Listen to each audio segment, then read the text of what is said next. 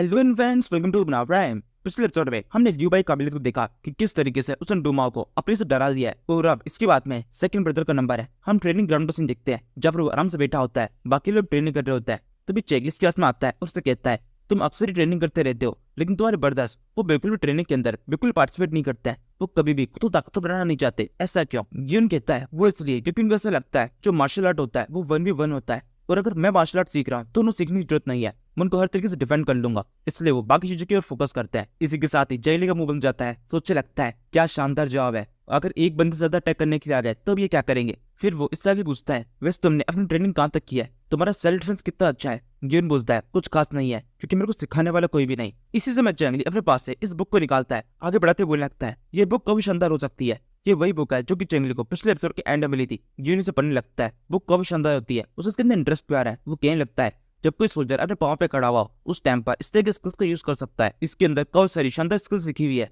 आप जैसा एक इंसान जो कि जंगल के अंदर रहता हो, उसके पास में इस तरह की बुक होना पहुंचता रहस्य में ही है। आपको ये बुक कहाँ से मिली? चेंगली बोलता है, तुम्हें क्या लगता है मैं इतना पावरफुल कैसे हुआ? तुमने क्या सुना है? गियन बोलता है, काफी सारी कहानियां सुनी है कि आपके माइंड में एक बार गॉड आए थे, उन्होंने आपको सब कुछ सिखाया। जी सुनने के साथ चेंगली इसी कहानी को आगे बढ़ाता है। वो कहने लगता है, हाँ बिल्कुल, मुझे सब कुछ गॉड ने सिखाया है, और उसी गॉड ने मुझे ये बुक भी दी है। इसमें तो काफी सारी स्किल्स सीखी हुई है जो कि तुम सीख सकते हो। गियन बोलता है, हाँ बिल्कुल, मैं तो सीखना चाहता हूँ, लेकिन इनमें से मैक्सिमम स्किल्स तो मेरे को पहले से आती है, और कुछ जो बची हुई स्किल्स है वो बहुत ज्यादा इजी है, उनको सीखना मेरे लिए ज्यादा मुश्किल नहीं है, मुझे बिल्कुल भी ट्रेनिंग की जरूरत नहीं। ये कहते हुए इस बुक को दोबारा से चेंगली को पढ़ने लगता है। चेंगली सोचता है ये क्या हुआ, इसने मेरे को मना कर दिया। तभी अगले सेकंड उसे स्क्रीन पर होती है जिसको लिखा हुआ है, इसको एक नई स्किल आ चुकी है जिसका नाम है आर्मी ट्रेनिंग इन्फिनिटी ब्लेड। और इसी के साथ चेंगली चौंक जाता है। सोचने लगता है ऐसा कैसे हो सकता है, इसने केवल बुक को पढ़ा है और बुक को पढ़ने के साथ में ये स्किल को सीख गया। क्या सच में इसकी लर्निंग क्षमता इतनी शानदार है, कितनी तेजी से सब कुछ सीख सकता है। इसके बाद वहां जाने लगता है। जाते हुए सैंड बोलता है, अपनी टेक्निक्स को और मुझे शानदार बनाओ, इसे और शार्प करो। मैं चाहता हूँ तुम सब कुछ सीखने के बाद में यार जो बाकी लोग हैं उन सभी को भी सब कुछ सिखाओ। गियोन तुरंत इस बात के लिए भाग देता है। इसके बाद हम चेंगली को टूट गेट के पास में देखते हैं। तभी बटलर भागते उसके पास में आता है। उसे कहने लगता है, मास्टर एक बहुत बड़ी गड़बड़ हो चुकी है, आप कहें तो मैं आपको बताऊं। चेंगली कहता है, ऐसी बातें तो रहने दो, मुझे जानने में इंटरेस्ट नहीं है। बटलर बोलता है, लेकिन फिर भी आपको जानना चाहिए, प्लीज जल्दी से आप मेरे साथ में चलिए। चेंगली कहता है, ऐसी बात है, मुझे तुम्हारे साथ चलना पड़ेगा, तो ऐसा करो तुम अकेले चले जाओ, और तुम्हें जो कुछ भी डिसीजन लेना है वो तुम ले सकते हो, मुझे बताया तुम्हारा डिसीजन एकदम ठीक होगा। बटलर कहता है, लेकिन चीफ आपको जो प्रूव कब से इंपॉर्टेंट है, ये बात बहुत ज्यादा बड़ी है। जी कहते हुए बटलर काफी परेशान भी होता है। इसके बाद में हम शाम को मैन को देखते हैं जो कि इस टाइम पर अपने उस एल्डर की कब्र के पास में बैठा हुआ है। उसको देखते हुए कहने लगता है, एल्डर आपके साथ बिल्कुल भी ठीक नहीं हुआ, वैसे तो जो आपके साथ में हो रहा है वो मेरे साथ में जो हो रहा है उससे तो बेहतर ही है। आपकी मौत हो गई, आपको वो सब कुछ झेलना नहीं पड़ रहा जो कि मैं झेल रहा हूँ। अपने साथियों को इससे गुलामी करता हुआ देख रहा हूँ। लू फैमिली पूरी तरह खत्म हो चुकी है। हम लोग यहाँ पर एक गुलाम से नीचे दर्जे का काम कर रहे हैं। कुछ लोग बैंडिट्स में लगे हुए हैं। बैंडिट्स हमें ऑर्डर दे रहे हैं। ये बहुत ज्यादा शर्मनाक है। इससे शर्मनाक कुछ भी नहीं हो सकता। मैं देख पा रहा हूँ कि किस तरीके से लू फैमिली अपने पतन की तरफ आगे बढ़ रही है, और अब यहाँ से मुझे ऐसा लगता है लू फैमिली की पूरी कमान मुझे अपने कंधों पर लेनी पड़ेगी। किसी भी तरीके से लू फैमिली को दोबारा से उसकी रेस्पेक्ट दोबारा से दिलानी पड़ेगी। यहाँ से अब मैं खुद लू फैमिली कमान संभालूंगा, और इसके अलावा लैलिन शादी करूंगा। मैं बिल्कुल भी नहीं चाहता लैलिन किसी और के साथ में किसी भी तरह की रिलेशन बनाए। इन बैंडेड के साथ तो बिल्कुल भी नहीं। किसी बैंडेड शादी करे इससे अच्छा तो वो वैसा होगा कि वो मुझसे शादी कर ले, और अगर किसी भी तरीके से लैलिन की शादी मुझसे नहीं हो पाती है तो मैं उसकी शादी किसी और के साथ भी नहीं होने दूंगा। मैं सबको खत्म कर दूंगा। जब पूरा विलेज टोड विलेज इसके अलावा जो कुछ मेरे को दिखाई देगा वो सबके साथ यहीं पे खत्म हो जाने वाला है। जो कितने मैंगबोच तो गुस्से में होता है, अपनी स्वॉर्ड को इधर से तो घुमाना शुरू कर देता है। उसकी ताकत इतनी ज्यादा है कि पत्थर टूटने लगे। यहाँ पर हर एक पत्थर की जगह पर वो लैलिन को इमेजिन कर रहा होता है और उसके ऊपर अटैक करता जा रहा है, क्योंकि लैलिन ही इकलौती वो लड़की है जिसकी वजह से मैंग यहाँ पर टिका हुआ है। और इसके अलावा मैंग को ये भी लगता है कि लैलिन वो पहली लड़की है, लू फैमिली की वो पहली लड़की जिसने इन बैंडेड के दिन तक को स्वीकार किया था। अगर वो मना कर देती तो लू फैमिली भले मरती मर जाती, लेकिन उनमें से कोई भी इन बैंडेड से ग्रुप को ज्वाइन करने के लिए हानि करता। ये सोचते मैं गुस्सा लगातार बढ़ता जा रहा है। वो इन पत्थरों पर अटैक करता जाता है। तभी एकदम से एक टाइम ऐसा आता है उसकी स्वॉर्ड पूरी तरह टूट जाती है, और स्वॉर्ड के इस तरह टूट जाने के बाद में उसका गुस्सा थोड़ा शांत होता है। इतना होश में आकर वो देखने लगता है आसपास सब कुछ क्या चल रहा है। उसके ऊपर की चर्चे की आवाज देती है। कोई कहने लगता है, ये शो तो काफी शानदार था, इतना एक्सपेक्ट नहीं किया था। ये कहते हुए काफी सारे लोग इस जगह पहुंच जाते हैं, और इन लोगों के कपड़ों को देखकर ऐसा लग रहा है ये सारे बैंडिट्स है। इनमें से एक बंदा जो कि इनका लीडर है वो मैन की तरफ एक बैंडिट को फेंकता है। उसे कहने लगता है, तुम्हारी स्किल काफी शानदार है, और स्किल को देखते हुए जिससे लगता है तुम्हारे ग्रुप में ज्वाइन कर सकते हो। जैसे नॉर्थ में हमारा ग्रुप है जिसका नाम है बारबेरियन डिवीजन। इस बैंडिट को लेकर उनके पास में जाना, वो तुम्हें जरूर से अपने ग्रुप के साथ शामिल कर लेंगे। हमारे ग्रुप के साथ शामिल होने के बाद में तुम्हारी स्किल काफी ज्यादा काम आएगी, और तुम खुद भी काफी ज्यादा स्किलवान बन जाओगे। हमारा ग्रुप तुम्हारी पावर को बढ़ाएगा, और इसके अलावा तुम्हारी आंखों में मुझे एक बदला दिखाई देता है। इस बदले में भी हम तुम्हें मदद कर सकते हैं। इस टाइम पर इस लीडर के साथ वाले बंदे से बोलने लगता है, मुझे लगता हमें इसको ये मौका देना चाहिए, अगर ये वहां पर चला गया तो हमारी लोकेशन लीक हो सकती है। लीडर कहता है, अब इससे कोई फर्क नहीं पड़ता, मैंने इसको मौका दे दिया है, इसकी स्किल मुझे काफी सही लगती है, और अगर किसी तरीके से इसने हमारे साथ में कोई भी धोखा करने की कोशिश की तो हम देख लेंगे। ये कहने के साथ में ये सारे गुंडे यहाँ चले जाते हैं। इन्होंने पेंडेंट चीरों पटक दिया है। इसे देखते हुए मैं अगले सेकंड सोचता है, टोड विलेज, मैं तुम्हें छोड़ता हूँ, आज से मैं तुम्हारा हिस्सा नहीं हूँ। मैंने एक नए क्लेन को ज्वाइन कर लिया है, और अब जब मैंने नए क्लेन को ज्वाइन कर लिया है तो पुराने क्लेन को खत्म करने का टाइम हो चुका है। ये सोचते हुए उस पेंडेंट उठाता है, आखिरी बार उस कब्र की तरफ देखता है और फिर दोबारा से टोड विलेज के अंदर लौट जाता है। यहाँ पर वो सीधे स्टोरेज में आता है। यहाँ पर इस जगह पर टोड विलेज ने अब तक जितना भी कुछ भी कमाया है वो सब कुछ रखा हुआ है। इसको देखते हुए बोलने लगता है, ये सब कुछ अब नष्ट हो जाने वाला है। इसी के साथ वो एक जगह पर अपनी आग लगाता है। मैन की मशाल पूरी रेडी हो चुकी है। वो तुझे लगता है यहाँ से आग लगाने की बात है, मैं तुरंत यहाँ से भाग जाऊंगा, इस तरीके से मैं अपना थोड़ा बहुत बदलाव तो ले लूंगा। मुझे पूरा यकीन है इन लोगों को इस आग को बुझाने में काफी लंबा टाइम लगने वाला है। ऐसा भी हो सकता है ये पूरा टोड विलेज आज के आज जल्द खत्म हो जाए। यही सोचते हुए मैन के चेहरे के ऊपर एक बड़ी स्माइल होती है। इस ड्राइवर पीछे की साइड से एक और रोशनी जगह पर दिखाई देती है। मैन जल्दी से पीछे मुड़कर देखता है, वहाँ पीछे की साइड में काफी सारे लोग खड़े हुए हैं। चेंगली भी यहाँ पर पहुंच चुका है और साथ में और भी बाकी सब लोग। लाइलिन भी इस जगह पर है। चेंगली कहता है, तुम्हें यहाँ पर आग लगाने की परमिशन किसने दी? क्या तुम्हें नहीं लगता तुम गलत काम कर रहे हो? जल्दी से सारे सोल्जर्स एक्टिवेट, ये यहाँ से भागना नहीं चाहिए। इसी समय मैंग अपनी तलवार निकालकर जोर चेंगली पर अटैक कर देता है। चेंगली भी इसकी जॉब है अपनी स्वॉर्ड निकाल लेता है, और अब इसी के साथ में इन दोनों के बीच में एक काफी खतरनाक फाइट शुरू जाती है। दोनों एक दूसरे के ऊपर काफी तेज अटैक कर रहे होता है और फाइट को देखने से लग रहा है तो भी तुम बराबर क्या है। मैंग चेंगली से बोलने लगता है, मैंने बचपन से कैसे लड़ाई लड़ी है, पर तुम्हारी तरह किसी के पीछे छुपता नहीं हूँ। चेंगली, अपने साथी को बुला लो, अगर तुमने साथी को नहीं बुलाया तो आज तुम मेरे हाथों से मारे जाओगे। ये कहते हुए मैंग अपने पैसे अटैक करने के बाद में अपने स्वord को बहुत जोर से घुमाता है। चेंगली पीछे तो कूदकर अटैक को डॉच करता है और साथ में ये चीज भी क्लियर हो जाती है कि चेंगली इस फाइट के अंदर थोड़ा कमजोर पड़ रहा है। तभी क्विनमैन इस फाइट में कूदता है, चिल्लाते बोलने लगता है, चीफ अब कुछ भी करने की जरूरत नहीं है, इस फाइट को मैं संभालता हूँ। चेकी तो अपने स्पीयर से मैंग के ऊपर जोर से मारता है और मैंग इससे बचने के कुछ कर नहीं पाता। क्विनमैन सामने से कुछ भी नहीं जल्दी, उसके मुंह से कब सारा खून बहने लगता है और वो चल के इन बोरियों में टकरा जाता है। उसकी बॉडी अभी पूरी तक कांप रही है। इतनी बुरी हालत होने के बावजूद भी वो यही सोच रहा होता है कि यहाँ पर इस जगह मर नहीं सकता हूँ, मेरे पास में बदले के लिए काफी कुछ है, मेरे को अपनी जिंदगी के अंदर काफी कुछ करना है, मैं इन सभी को खत्म कर देना चाहता हूँ। और अगर इस तरीके से मेरी मौत हो गई तो ये बिल्कुल भी ठीक नहीं होगा, ये मेरे लिए कब शर्म की बात होगी। मैं अपनी रेस्पेक्ट के लिए लड़ाई करता हूँ और अब इस तरीके से बिना रेस्पेक्ट के मर जाना ये मेरे लिए ठीक नहीं है। मैं किसी भी हालत में इस जगह पर तो मर नहीं सकता हूँ। यही सोचते हुए मैं दोबारा से एक फाइटर की तरफ खड़ा हो जाता है तो वहाँ पे पड़ी हुई एक बोरी को जोर उछाल देता है। इस गाता पर धूल छा जाती है, सब आंखों में भर चुकी है, किसी कुछ दिखाई नहीं दे रहा। इसी टाइम पर मैन के लिए मौका है जैसे भागने का। इसका वो सही फायदा उठाता है, तेजी से भागना शुरू कर देता है। लेकिन इस टाइम पर मैन के लिए भागने की कोई जगह है नहीं। टूड विलेज के सारे रास्ते पूरी तरह बंद कर दिए गए हैं। उसकी खुद की फैमिली के लोग उसे ढूंढ रहे हैं क्योंकि सब कुछ में आ चुकी है। अगर यहाँ पर मैन जो कुछ करना चाहता था वो स्टोरेज में आग लगाने के बारे में सोच रहा था, अगर वो इसमें कामयाब हो जाता तो इस सबके सब मारे जाते। इनके उसमें खाने के लिए कुछ भी नहीं बचता और ये बात भी सब जानते हैं, सबसे इंपॉर्टेंट खाना होता है और जो भी खाने को प्रोटेक्ट करेगा पहले उसको प्रोटेक्ट करके उसे खत्म कर देना चाहिए बिना ये देखे कि वो किस फैमिली का है। ये सोचते हुए सबके सब कुछ गुस्सा होता है, किसी भी तरीके से वो मैंग को खत्म कर देना चाहता है। इसके बाद में हम इस जेल के अंदर डुमाओ को देखते हैं जो किस टाइम पर सोच रहा है ये सब किस तरह की आवाज आ रही है, बाहर क्या चल रहा है। डुमाओ को पूरी तरह अंदाजा नहीं हुआ है कि क्या हुआ है, लेकिन उसको एक चीज समझ में आ चुकी है कि बाहर कोई खतरनाक लड़ाई शुरू होने वाली है। इसी समय एक बहुत जोर से चीख सुनाई देती है। हम इसी समय इस विलेज के बाहर सीन देखते हैं कुछ सेकंड पहले का, जहाँ पर एक सोल्जर खड़ा होता है जो कि किस तरह से मैंग को ढूंढने की कोशिश कर रहा है। मैंग इस टाइम पीछे साइड में छुपा हुआ है, उसकी इस विलेजर की नजर पड़ चुकी है। ये विलेजर इसी की फैमिली का है लेकिन वो बिल्कुल देर नहीं दिखाता। मैंग उछल के इस बंदे को जोर से अटैक करके उसको जान से मार देता है और इसी की जोरदार चीख सुनाई देती है। ये चीख क्वीनमैन ने भी सुन लिया। वो चिल्लाते बोलता है, वहाँ उस तरफ जहाँ पर प्रिज्म है। और ये सुनने के साथ में चेंगली बुरी तरह घबरा जाता है। वो कहने लगता है, ये क्या हुआ? वो प्रिज्म की तरफ क्यों जा रहा है? कहीं ऐसा तो नहीं वो वहाँ पर डुमा को रिलीज करने की कोशिश कर रहा हो? जल्दी से उसको प्रोटेक्ट करो किसी भी तरीके से। अगर उसने डुमा को रिलीज कर दिया तो हमारे बहुत ज्यादा खतरा आ जाएगा। वो एक मॉन्स्टर है। वैसे अब इस सब के अंदर थोड़ी देर हो चुकी है। मैंग के हाथों जा भी लग चुकी है। वो प्रिज्म की तरह एंटर करता है। डुमा अंदर की साइड में बैठा हुआ है। उसे देखते ही बोलता है, क्या तुम यहाँ पर मुझे मारने के लिए आए हो? तुम्हारी आंखों को देखकर बिल्कुल वैसा नहीं लगता। मैंग बोलता है, तुम्हें बिल्कुल ठीक लग रहा है, मैं यहाँ पर तुम्हें फ्री करने के लिए आया हूँ। हमारे बीच में केवल एक डील होगी, तुम मुझे यहाँ से बाहर निकालोगे, इसके बदले में मैं तुम्हें यहाँ से बाहर निकालूंगा। यहाँ से हम दोबारा से प्रिज्म के बाहर का सीन देखते हैं। प्रिज्म की डोर पूरी तरह लॉक हो चुका है, अंदर कोई एंटर नहीं कर सकता। चेंगली यहाँ पहुंच चुका है। इसके बाद पता चलता है वो गार्ड जो कि इस प्रिज्म के बाहर था वो भी जिंदा है। मैंग ने उसके ऊपर ज्यादा ब्रूटल अटैक नहीं किया था और अब तो ये होश में आ चुका है। चेंगली को सोच बताने लगता है कि किस तरीके से मैंग ने उसके ऊपर अटैक करके उसे चाबी छीन के अंदर चला गया और अंदर से खुद को लॉक कर लिया। ये कहानी चली रही होती है तो प्रिज्म में गेट टूटता है। गेट तोड़ते हुए डुमा बाहर आता है। उसको देखने साथ में सबसे डर जाता है। डुमा इस टाइम पे बिल्कुल घबराया हुआ नहीं है। उसके सामने कब से लोग हैं जिससे फाइट करनी है, लेकिन फिर भी बिल्कुल डरा नहीं होता है। चिल्लाते हुए बोलने लगता है, चेंगली देखो मैं आ गया और अब तुम खत्म होने वाले हो। मैं बाहर निकल चुका हूँ और अब मैं फ्री हूँ। मैं तुमसे कहा था ना, अगर किसी तरीके से इस जेल से बाहर निकल गया तो तुम्हें मार दूंगा। इस धमकी को सुनकर चेंगली बहुत ज्यादा घबरा जाता है। चिल्लाते हुए अपने सरस्वती से बोलता है, सबके सब पीछे हट जाओ, कोई भी हीरो बनने की कोशिश नहीं करेगा। मैं नहीं चाहता हमें तो कोई मारा जाए। अगर कोई इसके पास भी गया तो ये तुरंत ही उसे जान से मार देगा। डूमाओ कहता है बहुत अच्छे, तूने बिल्कुल ठीक पहचाना, अगर कोई मेरे पास में आया तो मैं उसको जान से मार दूंगा, लेकिन मैं भी तुम्हारे पास में आकर तुम्हें जान से मार सकता हूँ। ये कहते डूमाओ उस जेल गेट को और भी बुरी तरह तोड़ने लगता है। उफरा के बोलता है पिछली बार जब हमारी फाइट हुई थी उस टाइम में नशे में था तो ठीक ठीक से फाइट नहीं कर पाए, लेकिन इस बार मैं देखना चाहता हूँ तुम्हारी ताकत कितनी ज्यादा है। ये कहते हुए वो उस गेट को उठा लेता है। इसके पास में अपन के नाम पर कुछ और है तो नहीं, तो इसलिए गेट का यूज करने वाला है। इस टाइम पर क्वीनमैन अपने स्पिरिट के साथ में से जोर से अटैक करता है। डूमाओ इसी गेट से अटैक को ब्लॉक कर लेता है। फाइट आगे बढ़ती है। क्वीनमैन को दोबारा से डूमाओ पे अटैक करने का मौका मिलता है। इस बार वो उसके पांव पे अटैक करता है। डूमाओ उछल के इस बार अटैक को डॉच कर लिया है। उसने इतनी बारी गेट उठा रखा है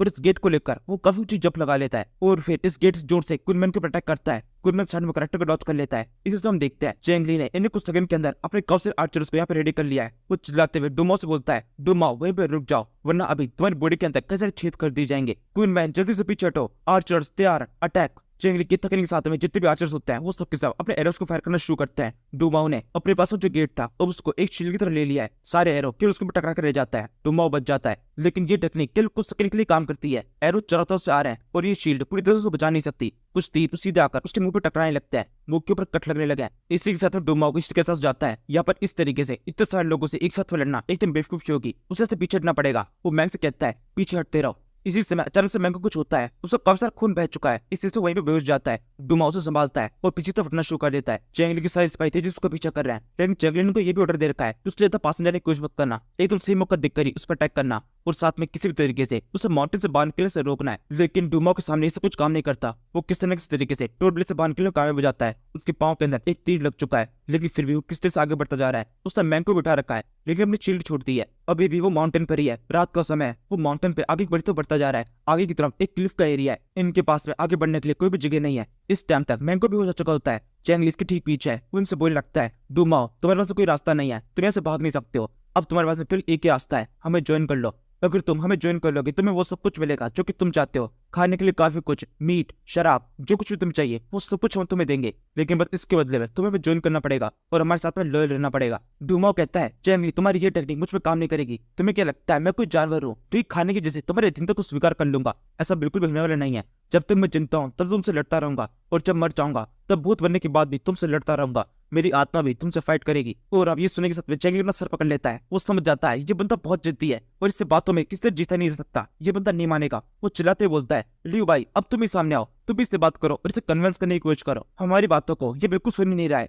इस टाइम पर लियू भाई आगे बढ़ता है और लियू भाई को देखने के साथ में डूमाओ जो कि बहुत ज्यादा गुस्से में था उसके चेहरे के ऊपर एकदम डर के भाव दिखाई देने लगता है। लियू भाई आगे बोलता है डूमाओ तुम्हें किसी से फाइट करने की जरूरत नहीं है, एक अच्छे इंसान बन जाओ। बुरा बनने का क्या फायदा है? तुम अगर किसको मारोगे तो तुम ये समझ लो तुम एक ऐसा काम कर रहे हो जो कि तुम्हें नर्क की तरफ लेके जाएगा, लेकिन वही अगर तुम किसी की मदद करोगे तो वो चीज तुम्हें हेवन की तरफ लेके जाएगी। तुम्हें क्या चाहिए? मेरी बात को सुनो, हम दोनों बैठ के अच्छी तरह से बात करते हैं। लियू भाई जिस जैसे ये सब कुछ कहते जा रहा है डूमाओ गुस्सा और ज्यादा बढ़ता जाता है। वो एकदम से इतना पागल हो जाता है कि मैंग को अपने हाथ में लेकर उसी पहाड़ से नीचे तो कूद जाता है। चेंगली और बाकी सब केवल उसको देखते रह जाते हैं। कुछ लोग बोलने लगते हैं ये पहाड़ी तो बहुत ज्यादा गहरी है, अगर इसी तरीके से वो एकदम नीचे तो जाए गिरे तो तुरंत ही उनकी मौत हो जाएगी। लियू भाई कहता है ये क्या हुआ? मैं तो नॉर्मली से बात कर रहा था, वैसे बात करने से अच्छा वो वहां से नीचे कूद गया, ऐसा क्यों?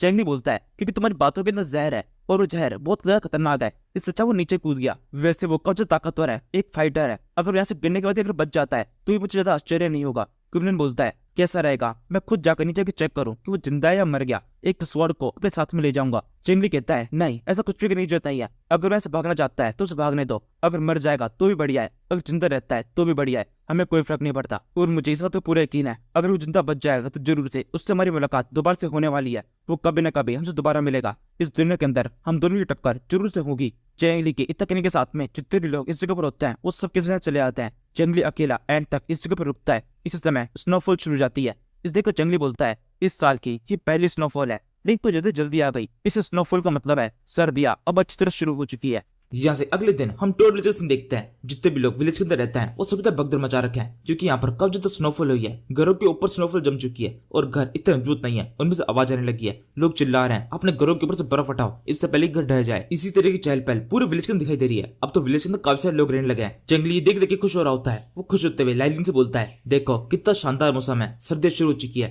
मेरे को सर्दियां बहुत पसंद है। यही बात करते हुए सेंग जी के पास में पूछता है। सेंग जी इस टाइम पर चाय पी रहा है। वो चाय पीते बोलने लगता है काय का अच्छा मौसम, सर्दियां बहुत ही बेकार मौसम होती है।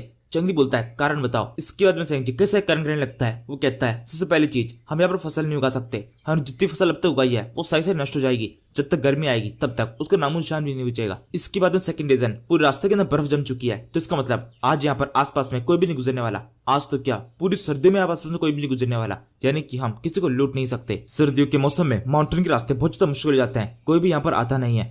सेंग जी के कहने में चेंगली को एक अपॉर्चुनिटी दिखाई देती है। वो सोचने लगता है ये इसका मतलब ये काफी अच्छा मौका हो सकता है ब्लैक रॉक सिटी के ऊपर अटैक करने का।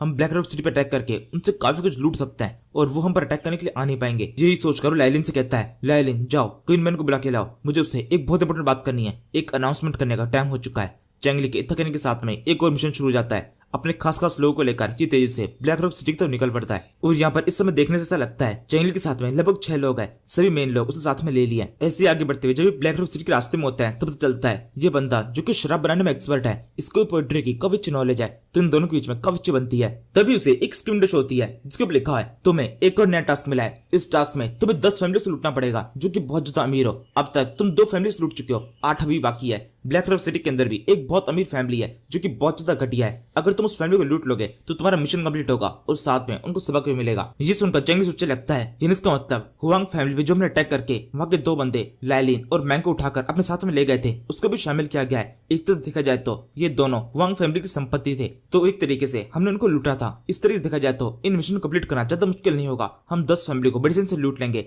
यहाँ से हम ब्लैक रॉक सिटी जा रहे हैं, वहां भी मुझे थोड़ा अलग सा अंदेशा हो रहा है। ये सोचकर चेंगली क्वीन मैन को पास में लगता है, उससे पूछने लगता है क्वीन मैन यहाँ से ब्लैक रॉक सिटी कितनी दूर है। क्वीन मैन बोलता है लगभग 1 घंटे की दूरी पर। वैसे हम यहाँ से सीधे ब्लैक रॉक सिटी नहीं जा रहे हैं, ब्लैक रॉक सिटी के अंदर एंटर करने से पहले पास ही में एक मंदिर आएगा, एक बुद्धा टेम्पल, वहां पर हम कुछ देर आराम करेंगे और फिर उसके बाद हम ब्लैक रॉक सिटी में एंटर करेंगे। चेंगली को क्वीन मैन का ये सुझाव काफी ठीक लगता है और फिर इसके बाद ये लोग आगे बढ़ते जाते हैं। सामने की तरफ टेम्पल दिखाई दे रहा है और टेम्पल के अंदर हल्की सी लाइट आ रही है, यानी इसका मतलब अंदर आग जली हुई है, कोई है जो कि अंदर बैठा हुआ है। और ये चीज बिल्कुल नॉर्मल नहीं है, इस मौसम के अंदर ये टेम्पल अक्सर ही खाली रहता है, अंदर कोई भी नहीं होता। तो क्वीन मैन चेंगली सवाल करने लगता है हमें क्या करना चाहिए, अंदर टेम्पल के अंदर पहले से कोई है क्या, हम अंदर जाएं या फिर कुछ और करें। चेंगली कहता है यहाँ पर आराम करने के लिए इससे अच्छी और कोई जगह मिल नहीं रही है, मुझे लगता है हमें जाकर चेक करना चाहिए वहां पर है कौन। इसके बाद में केवल चेंगली और क्वीन मैन दोनों इस टेम्पल के पास में आते हैं। चेंगली देरी तक एंटर करता है, क्वीन मैन को बाहर रुकने के लिए कहता है। जैसे ही लोग अंदर आते हैं वहां पहले से आग बुझ चुकी होती है, कोई भी वहां पर नहीं है। और इसका मतलब एक चीज क्लियर है, अंदर जो कोई भी था वो बुरी तरह डर चुका है और किसी से छुप गया है। चेंगली चिल्लाते हुए बोलने लगता है जो कोई भी यहाँ पर है जल्दी से मेरे सामने आ जाओ, मैं तुम्हारे ऊपर किसी भी तरह की स्टेटस नहीं दिखाना चाहता, और इसके अलावा हम यहाँ पर लड़ने के लिए भी नहीं आए, तो शांति से बात कर लेते हैं। चेंगली कितना कहने के साथ में सामने तो जो बंदे छुपे हुए हैं उनको उसकी आवाज पहचान में जाती है। वो बंदा कहने लगता है अच्छा तो ये तुम हो चेंगली, देखो ये हम है बाओ। इस आवाज के साथ में उस जगह पर काफी सारे लोग दिखाई देने लगते हैं, ये सारे बैंडिट्स है, फ्लैंक टाइगर विलेज से बिलोंग करते हैं। फ्लैंक टाइगर विलेज से काफी सारे बैंडिट्स यहाँ पर छुपे हुए थे। और फिर इसके बाद में दोबारा से आग जला दी जाती है। ये लोग दोनों ग्रुप्स आपस में आके बैठ जाते हैं, इन दोनों के पीछे वैसे भी काफी अच्छी दोस्ती है, तो बातचीत शुरू हो जाती है कि तुम लोग यहाँ पर क्यों आए हो। लेकिन यहाँ पर ये दोनों ग्रुप भी बहुत ज्यादा शातिर है, इनमें से कोई भी अपने बारे में रिवील करना नहीं चाहता। जब कुछ देर तक सीक्रेट गेम चलता रहता है तब चेंगली खुद से बताता है कि मुझे ऐसा लगता है कि तुम्हारे फ्लैंक टाइगर विलेज के अंदर खाना कुछ ज्यादा कम पड़ चुका है, इसलिए तुम यहाँ पर आए हो ब्लैक रॉक सिटी के ऊपर अटैक करने के लिए। तुम्हारी सोच इस जगह पर आकर केवल खाना लूटने की है और तुमने इतनी सर्दियों में इतनी मेहनत की है, यानी इसका मतलब तुम्हारी सिचुएशन कुछ ज्यादा ही खराब है। बाओ बोलता है नहीं ऐसा कुछ भी नहीं है, हमारे पास तो किसी भी तरह की खाने की कमी नहीं है। जी कहते हुए बाओ बहुत चिल्ला रहा होता है, इसका मतलब साफ है चेंगली ने जो कुछ प्रेडिक्ट किया है वो सब कुछ एकदम सही है। इस टाइम भागते हुए एक गार्ड अंदर की तरफ आता है, चिल्लाते हुए कहता है कोई और भी है जो कि यहाँ पर आ रहा है, और उसी के साथ में दोबारा तलवार निकल जाती है। बहुत चिल्लाते हुए कहता है आग बुझा दो, सबके सब तैयार हो जाओ, शायद से हमारी फाइट होने वाली है, कोई और भी है जो कि उस तरफ आ रहा है। ये सब कुछ कहते हुए पूरे फ्लैंक टाइगर विलेज के अंदर जैसे हथौड़ी समझ जाती है। तभी चेंगली अकेला भाग की तरफ आता है और फिर सबसे कहता है शांत हो जाओ, कोई खतरा नहीं है, वो देखो वो कौन है। इसके बाद सबके सब शांत होकर देखते हैं, वहां सामने तरफ सारी लड़कियां हैं, ये वुल्फ लेडीज है जिनको ये वुल्फ लेडी खुद से लीड कर रही है। और सबकी तरह इनको भी पता है कि हम बाहर की साइड में ये बुद्धा टेम्पल है जहाँ पर आराम किया जा सकता है। ये सोचकर ये भी यहाँ पर आराम करने के लिए आ जाती है और यहाँ पर नजर पड़ती है चेंगली और बाओ के ऊपर। उन्हें देखकर कहने लगती है तुम दोनों भी यहाँ पर हो, यहाँ पर इतने बड़े बड़े 2 बैंडेड ग्रुप यहाँ क्या कर रहे हैं। इसी तरीके से कुछ मिनटों की बात में सभी ग्रुप आपस में अपने अलग हो जाते हैं। अपने अलग जाके बैठने के बाद में चेंगली अपना खाना पकाने लगता है, क्वीन मैन भी उसके साथ में ही है जो कि उसे थोड़ी सी वाइन ऑफर करता है। चेंगली कहता है नहीं अभी मेरा पीने का मन नहीं है, लेकिन बाकी सबको पिला देना। ये कितने चेंगली इस टाइम पर आग के ऊपर कोई चीज पका रहा है, ये देखकर बाओ बोलने लगता है ये तुम्हारे पास में क्या है, ये किस तरह खाने की चीज है, पहले कभी नहीं देखी। चेंगली कहता है ये एक बहुत स्पेशल ब्रेड है जिसके अंदर हमने मीट का भी यूज किया है, ये बहुत स्वादिष्ट होती है और बहुत ज्यादा न्यूट्रिशियस भी। वैसे तुम लोग क्या, तुम लोग इसमें खाने के लिए क्या है। इस टाइम वुल्फ लेडी एकदम शांत होती है, वो अपना कुछ खाना को एंजॉय कर रही है। बाओ को इस टाइम पर बहुत ज्यादा भूख लग रही है, लेकिन उनके पास में खाने के लिए कुछ खास चीजें नहीं है, लेकिन फिर भी ये ढींगे आगते कहने लगते हैं हमारे पास देखो ये क्या है। ये सूप है जो एक कवचा शानदार है। बाव यहाँ पर क्लियरली झूठ बोलने की कोशिश कर रहा होता है, इनकी बनाई हुई चीजें एकदम घटिया है। तभी चेंगली चीज समझ जाता है, वो इनसे कहता है तुम चाहो तो हमारा खाना हमारे साथ में शेयर कर सकते हो, हम यहाँ पर काफी सारा खाना लेके आए, हमारे पास किसी भी तरीके से खाने की कमी नहीं है, तुम चाहो तो ले लो। चेंगली ने ये कहते हुए बाव की मन की बात छीन ली होती है। बाव और उसके साथ जितने भी लोग होते हैं वो सब के सब चेंगली को देखने लगते हैं। चेंगली भी ने अपना खाना दिखाने लगता है और कहता है अब इससे देखने की जरूरत नहीं है, मुझे पता है तुम लोग को भूख लग रही है, इस खाने को एंजॉय करो। इसी के साथ में बाव के जितने भी साथी होते हैं उनके मुंह से पानी बहने लगता है, वो तेज से आगे तो बढ़ने लगता है। तभी एकदम से बाव बोलता है नहीं नहीं हमें कोई जरूरत नहीं है, हमारे पास काफी सारा खाना है। ये कितने की बारी बाव के चेहरे पर साफ दिखाई दे रहा है उसको कितनी भूख लग रही है और वो कितना जोर से इसके लिए हाँ कहना चाहता था, लेकिन फिर भी उसने मना कर दिया केवल अपने ईगो के चक्कर में। और चेंगली की बात पता चलती है, वो उससे कहने लगता है मुझसे तुम्हें इस तरह से बात करने की जरूरत नहीं है, ये सारी फॉर्मेलिटीज की क्या जरूरत है, हम दोनों काफी अच्छे दोस्त है, तुम मुझसे इस तरह से बात कर रहे हो मुझे ऐसा लग रहा है हम दोनों स्ट्रेंजर्स हैं। बाव कहता है नहीं ऐसा नहीं है, तुम तो मेरे काफी अच्छे दोस्त हो, अगर सच में मुझे भूख लग रही होती तो मैं खुद से तुमसे कह देता कि अपना खाना मुझे दो, लेकिन मुझे नहीं लग रही है। ये कहते बाव मन ही मन सोच रहा होता है बस एक बार और बोल दे, अगर एक बार भी तूने मुझसे दोबारा से पूछ लिया तो मैं तुरंत ही खाने के ऊपर टूट पड़ूंगा, मुझे इस टाइम बहुत तेज भूख लग रही है, प्लीज एक बार और पूछ लेना। लेकिन चेंगली ऐसा नहीं करता, वैसे कहता है ऐसी बातें तो कोई बात नहीं, हमारे पास काफी सारा खाना है लेकिन हम खुद से उसे खा लेंगे। और ये सुनने के साथ में ही बाव और उसके सारे साथी इन सभी का मुंह हो जाता है, वो सारे साथी आपस में बोलने लगता है ये सब कुछ बहुत गलत हुआ, हमारा लीडर तो बहुत ज्यादा वाहियात है, ये खुद तो अपने भाई के साथ सब कुछ खा लेता है लेकिन हमें तो कभी कभी खाने का मौका मिलता है और वो भी इसकी वजह से छिन गया, याद भी नहीं आ रहा कि लास्ट टाइम मीट कब खाया था, लेकिन आज जब आगे से ऑफर आया इसने मना कर दिया, सब कुछ इसकी वजह से हुआ है। ये कहते ये लोग बाव को बहुत बुरी बुरी गालियां बकरे होते हैं और बहुत ही खुश आके बाव को लेकिन सब कुछ सुनाई दे रहा है, उनसे चिल्लाते बोलता है मुझे सब कुछ सुनाई दे रहा है, तुम सबके सब भुक्कड़ हो एक नंबर के, जाओ जाकर मेरे बैग के अंदर काफी सारा खाना है जाओ खा लो, उसके अंदर काफी सारी कुकीज है जो कि तुम लोगों के लिए लेके आया था। बाव की इस बात सुनने के बाद भी ये सारे लोग बिल्कुल भी खुश नहीं होते हैं, बल्कि बोलने लगते हैं वहां पर उनको देखो वो कितना अच्छा खाना खा रहे हैं और हमें अच्छे खाने के नाम पर क्या मिल रहा है कुकीज, वो कोई अच्छा खाना होता है क्या, आप जब देखो तब केवल बेकार से कुकीज पकड़ा देते हैं। इसी समय चेंगली जो कि अपना खाना कंप्लीट कर चुका होता है वो सेंगजी से बोलने लगता है सेंगजी मैं चाहता हूँ हमारे घोड़े जो इन्होंने इतना लंबा सफर तय किया है उनमें भी कुछ खिला दो तुम, वो अभी फिलहाल हमारी काफी मदद कर रहे हैं और आगे मिशन के अंदर भी उनको हमारी काफी मदद करनी पड़ेगी, मैं चाहता हूँ वो पूरे हष्ट पुष्ट रहे। सेंगजी बोलता है हाँ ठीक है। ये कहने के बाद में वो एक कुकीज का बैग उठा लेता है और वहां जाने लगता है। इस टाइम पर सामने की तरफ फ्लैंकटायर विलेज के लोग कुछ कुकीज के लिए आपस में लड़ रहे होते हैं, इन सभी को मुश्किल से एक एक ही मिल पा रही है। इसी समय बाव की नजर सेंगजी पर पड़ती है, उससे पूछने लगता है ये तुम इन घोड़ों को क्या खिला रहे हो। सेंगजी कहता है हमारे पास काफी सारी एक्स्ट्रा कुकीज थी, इन घोड़ों ने काफी लंबा सफर तय किया है तो इनको ट्रीट दे रहा हूँ, हम तो हमारे घोड़े को भी काफी अच्छा और काफी न्यूट्रिशियस खाना देता है। जिस सुनकर बाव जब इस तरीके से घोड़ों को वो कुकीज खाता हुआ देखता है जो कि उनको इंसानों को तो खिलाने के लिए नसीब नहीं हो रही, वो उनको काफी ज्यादा शौक सा लगता है, वो सोचने लगता है इनके उसमें इतनी अमीरी है अपने घोड़ों तक कोई कुकीज खिला रहे हैं और हम तो इंसानों को भी केवल एक ही खिला पा रहे हैं। बाव के साथी भी ऐसे सोच रहे होता है कि हमारी हालत तो इन घोड़ों से भी कई ज्यादा गई बीती है, इतना घटिया खाना हमें खाने को मिल रहा है और इन घोड़ों की तो ऐश है। उसके बाद में हम अगली सुबह का सीन देखते हैं, सभी ग्रुप्स के लोग तेजी से इस टेंपल से बाहर निकलकर इस रॉक सिटी की तरफ आगे बढ़ रहे हैं, लेकिन इन लोगों में कहीं पे भी इनके लीडर शामिल नहीं है। तीनों ग्रुप्स ने अपने में कुछ लोगों को ब्लैक रॉक सिटी की तरफ भेजा है ताकि वो पता लगा सके कि ब्लैक रॉक सिटी के अंदर किस तरह का माहौल है। वहीं दूसरी तरफ तीनों ग्रुप के लीडर अभी भी बुद्ध टेंपल के अंदर ही आराम से बैठे हुए हैं। चेंगली, बाव और वुल्फरेडी तीनों यहीं पर है। वुल्फरेडी को यहाँ पर इंतजार करते हुए एक शानदार आइडिया आता है, उसके अंदर कुछ डाइस है, वो आगे बढ़ते बोलने लगती है कैसा रहेगा हम इंतजार करते वक्त कुछ खेल लें, इस तरीके से हमारा अच्छा टाइम पास हो जाएगा। चेंगली बोलता है लेकिन इस तरह गेम के अंदर अक्सर ही कुछ न कुछ दाव पे लगाना पड़ता है, लेकिन वैसे तो कुछ भी नहीं है। तभी वुल्फरेडी एक रोमांटिक अंदाज में चेंगली के पास में आती है और उससे कहने लगती है नहीं, इस गेम के अंदर हम पैसों को नहीं बल्कि अपनी लाइफ को दाव पे लगाएंगे, मतलब ये कुछ इस तरह से होगा अगर तुम जीतते हो तो मैं तुम्हारे लिए इस अपनी पूरी लाइफ के अंदर कोई एक चीज करूंगी, वहीं अगर मैं जीतती हूँ तो तुम्हें कुछ करना पड़ेगा। चेंगली कहता है हाँ ये कुछ ठीक लग रहा है, मैं इस तरीके से पार्टिसिपेट कर सकता हूँ, चलो खेलते हैं। इस टाइम बाव बोलता है नहीं ये शायद बिल्कुल भी ठीक नहीं है और तुम ऐसा प्रिटेंड मत करो कि मैं यहाँ पर नहीं हूँ, अगर तुम्हें मुझे भी खिलाना है तो नियम थोड़े से बदलने पड़ेंगे। इस टाइम पर बाव का ये कहना काफी शानदार होता है क्योंकि उसने एक बहुत ही गलत नियम को बदल दिया है। अगर ये लोग इस तरीके से अपनी लाइफ की चीजों को दाव पे लगा देते तो काफी खतरनाक हो जाता, लेकिन बाव नियम बदल के रखता है कि इनके पास में लिमिटेड वाइन है, जो कोई भी गेम में जीतेगा उसको एक्स्ट्रा वाइन पीने का मौका मिलेगा। ये कहते हैं बाव की थोड़ी जीत करने के बाद में ये लोग इस नियम के लिए मान जाते हैं। गेम शुरू होता है और इस गेम के अंदर पूरी तरीके से ये वुल्फरेडी काफी शानदार लीड में होती है, इसने काफी ज्यादा शराब पी लिया है और बाकी दोनों लोग सूखे ही रह गए। इसी तरीके से कुछ देर के अंदर शराब खत्म हो जाती है। चेंगली सोचने लगता है अच्छा हुआ इस गेम के नियम बदल दिए गए थे,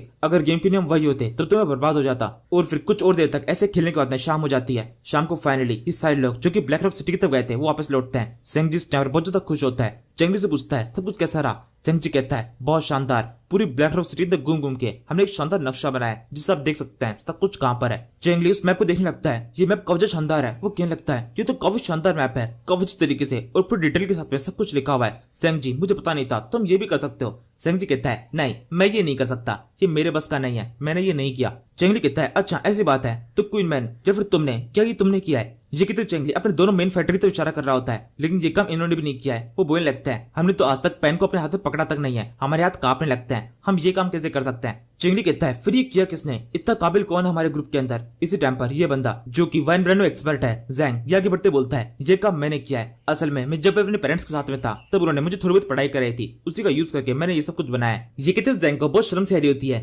चेंगली से कहता है बहुत अच्छे, हमारे ग्रुप के अंदर कोई तो है जो कि थोड़ा पढ़ा लिखा है। अब यहाँ से हमारी मंजिल तय हो चुकी है, हमारा रास्ता तय हो चुका है, हमें पता है हमें क्या करना है। तो फिर इस एडवेंचर को दोबारा शुरू करते हैं। ये कहने के साथ में दो लोग दोबारा से ब्लैक रॉक सिटी की तरफ बढ़ना शुरू कर देते हैं और कुछ दिन बीत जाते हैं। ब्लैक रॉक सिटी के अंदर ये अच्छी तरह पहुंच चुके हैं। इन्होंने एक घर भी ले लिया है जहाँ पर रुक गए और अभी इस टाइम पर ये 3-4 दिन चेंगली की प्लानिंग क्या है। इस टाइम पर वो किसी भी तरीके से कोई मूवमेंट करने की कोशिश नहीं करता, लेकिन एक दिन एक मूवमेंट दिखाई देती है। कुछ लोग भागते बंदे की तरफ आते हैं। ये फ्लैंक टाइगर विलेज के लोग हैं, इनके हाथ में कुछ पैम्पलेट्स वगैरह है। अंदर आते वक्त ये बंदा अपने लीडर बाओ से बोलने लगता है देखिए ये सब कुछ क्या है। असल में इस समय ब्लैक रॉक सिटी के अंदर ये तीनों ग्रुप्स के लीडर एक साथ में एक ही घर के अंदर रह रहे हैं। बाओ इस टेम्पलेट को पढ़ते हुए बोलने लगता है ये क्या बकवास टेम्पलेट है। असल में इस टेम्पलेट के अंदर लिखा हुआ है कि टोड विलेज का लीडर जो कि बहुत ज्यादा खतरनाक, खूंखार और उसे अपने साथ के लोगों को बहुत ज्यादा पसंद करता है, उसने एक बहुत शानदार अनाउंसमेंट किया है। वो चाहता है गरीबों के साथ में अच्छा बिहेव किया जाए। इस वजह से इस सिटी के अंदर ऐसे बहुत सारे लोग हैं जो कि बहुत अमीर है, जो गरीबों का खून चूसते हैं। इसलिए उन लोगों को धमकी दी जाती है कि उस सभी लोग अपने पास जितना भी पैसा है, जितना भी उन्होंने ब्लैक मनी अब गरीबों को लूट लूट के इकट्ठा की है, उस सारे को खर्च कर दे,